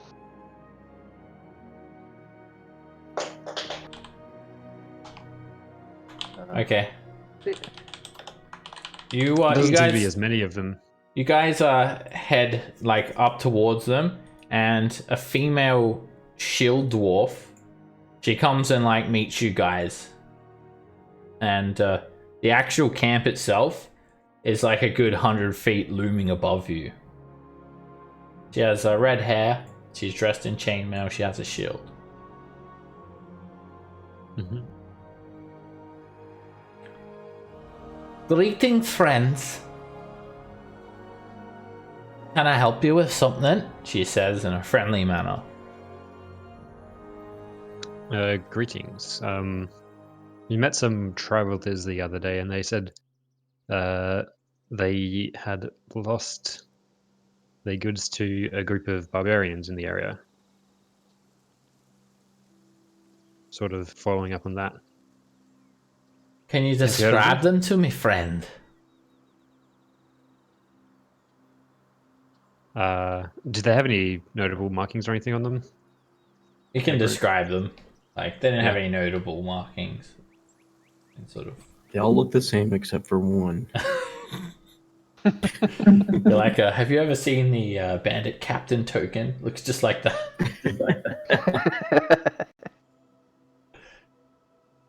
Huh? Oh, them. Aye. A couple of would-be bandits. They tried to come across these fine barbarians here about a 10-day ago, but they didn't realize that Clan Ironshield had made an alliance with the off-guard barbarians in this area. We are here by order of Bruno Battlehammer to keep peace in Settlestone. Okay, so Okay. those travelers, the would-be bandits, were the aggressors, were they? Aye. They tried to ambush us, but we saw them coming. And only a few of them escaped our axes, and the rest ran off with their tails not between their legs. Can I do an insight check just to see if it's all Sure. legit? So I don't know who to believe. She seems to be genuine, and dwarves themselves, they have a reputation for being like usually like really lawful good, Yep. particularly in the Yeah, north. well, based on how we were approached, it sounds very plausible to me. Aye, about 100 years ago, only a stone throw for us. This used to be a dwarven settlement, but it fell into ruins during the War of the Silver Marches, and just recently, with King Bruno renouncing the throne once more and Queen Dagnamit taking up the throne, she commanded me and my retinue to make friends with the Uthgard barbarians. We provide them with weapons and armor and protection, and they provide us with food and the layouts of the unknown lands to the north. Have you seen any giants? Yeah, seems like Giants. Aye. There's only one giant around this area, and that's the legendary Harshnag.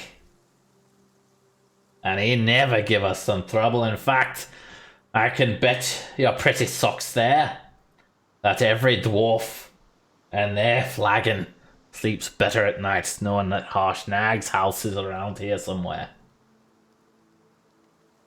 Harsh How giant is he? She looks stunned. Harshnag? You got to be kidding me. You've never heard Of the legendary Hashnag? We think come I've- from a bit further south. Well, I think I've heard the name. You can I'm make not from around history checks, unless you're from California. Oh, yeah. Norin has no fucking idea. Isn't he the one that Thomas was talking about? Oh, I thought it was a dwarf. I don't know. Hashnag? You may think he's a typical frost giant, but you can tell him apart. For he wears the skull of a white dragon as a helm, he carries a magic axe, and he's always clad in plate mail. He doesn't speak much, but it's well known that he's a member of Force Grey. Oh. Aye. A hero of Waterdeep he is. Him and others. But there has not been too much trouble in the realm recently. And ever since the whole dragon cultist thing has blown over, he's resided back in the mountains up near the spine of the world. But I'm interested about this giant activity. Of course, there's a hill giant or two that strays up into this area, but never anything that some well-armed adventurers can't take care of. Is there some sort of reason for concern? Well, there is a fire giant just to the south, about half a day's ride or so, with a big hole in the ground and Fire a giant. bunch of. Nah, you're mistaken. Probably just an ogre with red hair or something. There ain't no fire giants this far west. Would a ogre have two fire elementals helping him power some large machinery?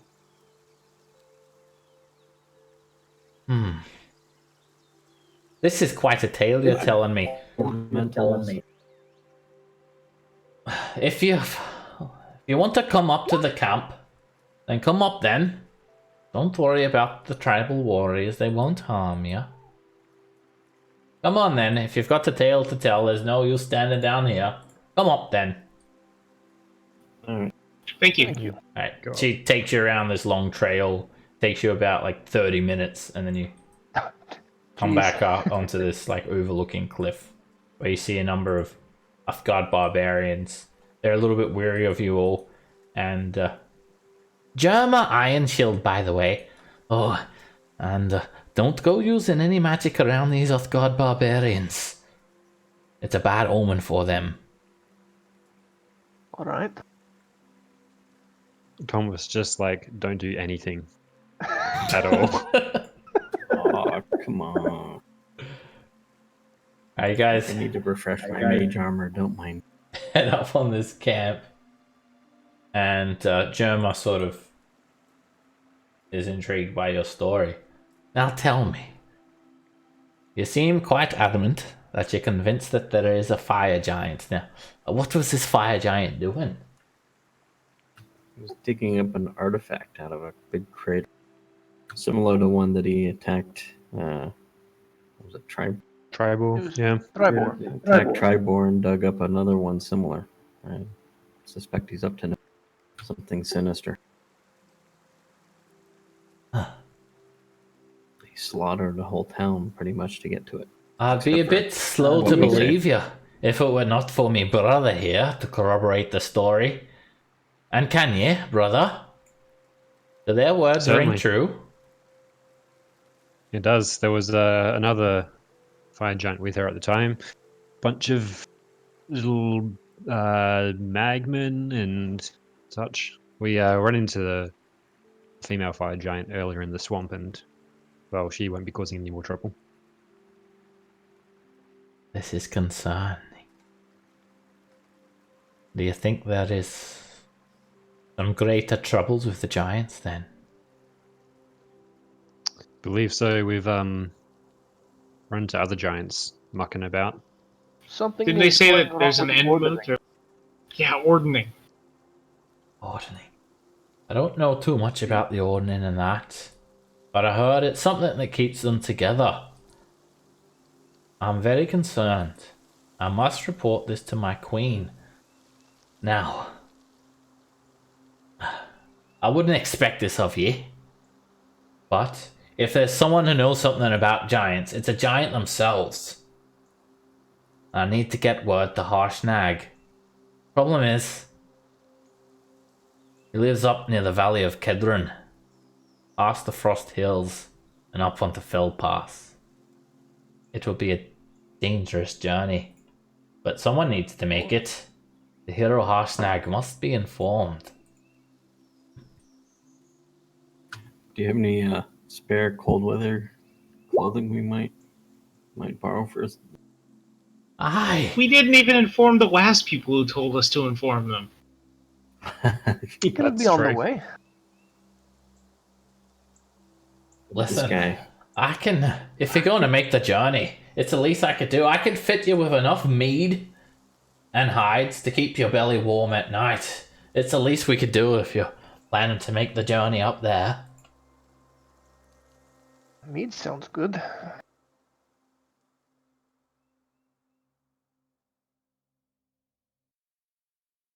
Right then. Well, you can camp here for the night.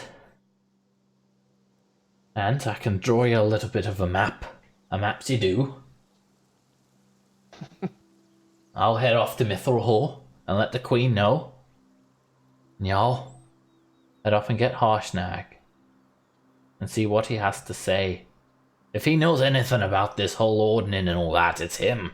He's your best bet at getting this all fixed up. Seems Oh. reasonable. By the way, the highwaymen, they may be heading back this way. Just letting you know. We could get Tharn to possibly send him a message saying we know what happened and probably shouldn't show up. Or just let them show up, because that'll be fun too. I'm sure it can't possibly go poorly for them. It feels kind of like being accessory to murder at that point. Well, they'd have to have balls of adamantine if they're gonna come back here after what happened last time. We cut them down like near kine, we did. Yeah. Well, we agreed to go and have a look. Well, we believe their story. We agreed to have a look at what was happening, and so they're going to follow us, and if we help them get their things back, but knowing the story now, we're not intending to do that, so... I'm sure they'll pick on some other poor sods. Anyway, you're in Battlehammer territory now. You've got Nair to worry about. Alright then. What did she say her name was again, Seb? Germa. Jerma. Germa. Iron Shield.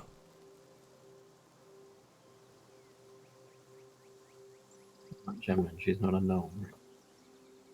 She's not Janma.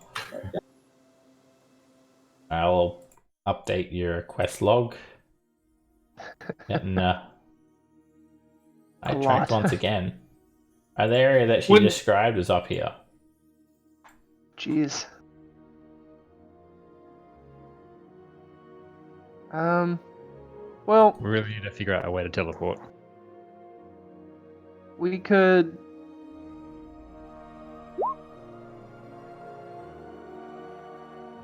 We could go to Silvery Moon.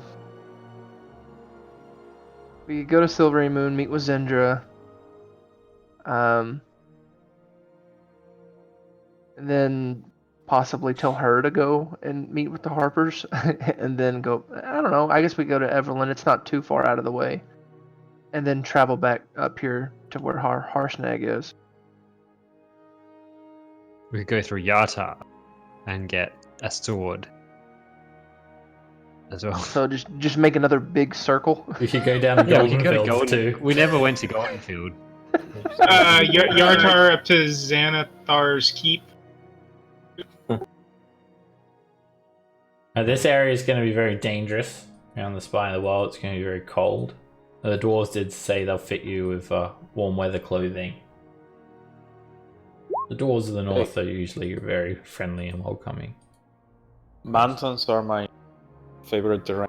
I don't know if that helps at all. It will. You'll be able to avoid like any sort of crevasses or anything like that.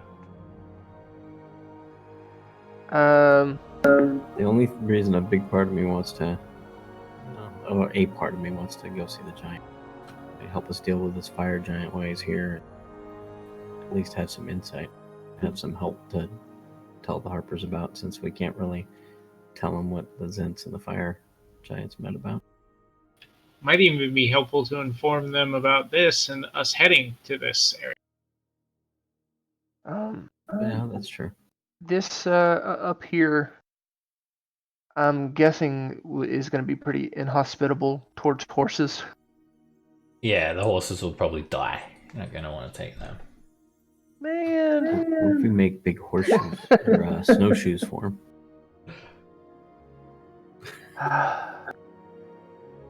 Well, we won't need to pack any food. So,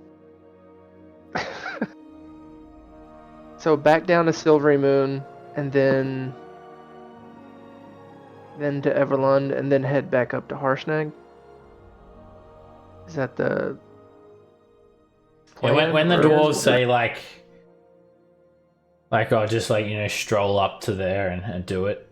Dwarves, they live for like, what, 700 years or something, so for them, if you took it a couple of weeks, it's like nothing.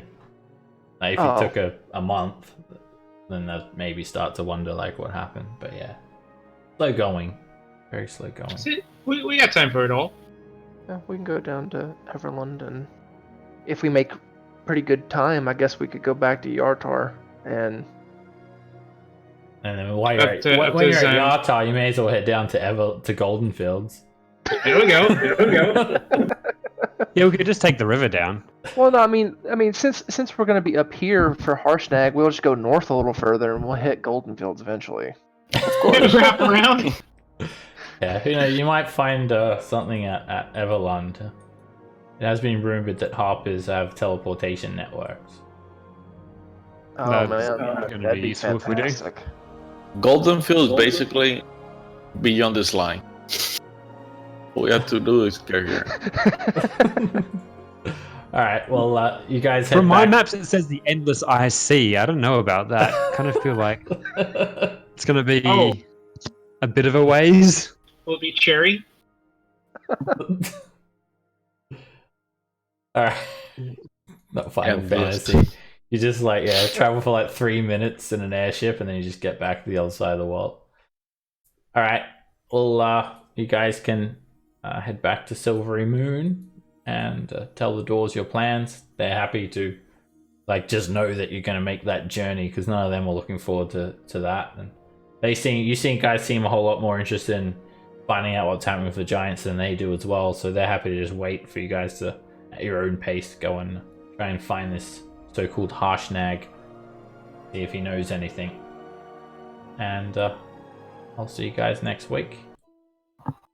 Catch you next week. All right. All Alright, guys. Sounds good. Thanks. Guys. Seb, just a quick question: how close would you say we are to leveling? If at all. If we're not, that's fine. I was just wondering. Oh, we just got to 6, didn't we? Like a couple of sessions ago. A few sessions ago, yeah. It's milestone, so Yeah. so you got to hit the next milestone, basically. Okay. Because we I never gotcha. told. I gotcha. It's because we never told Trill's son about his dad. Yeah, it's probably it. Yeah. Should have gone to Goldenfield. Yeah, it could be next session. But yeah. Man, I'm kind of. I don't know. I kind of wish I hadn't taken the mounted combat feat now, but whatever. I'll get some use out of every it. chance that you get a horse. Yeah, I mean, we go through horses so quickly. I love it. Well, I like everything about that. We'll have the horses longer. At least you're not just killing him for XP. Something. You can get a. Think how much longer we'd be on a horse if we went through Golden. I mean, you've got me convinced. We could get you a proper horse, like a war horse or something. If you're actually gonna fight on it. We should just Yeah. recruit a paladin to cast Find Steed for him. Or a bard to cast Find I've been Greater wanting Steed. a horse all this time. I kept thinking you were looking for.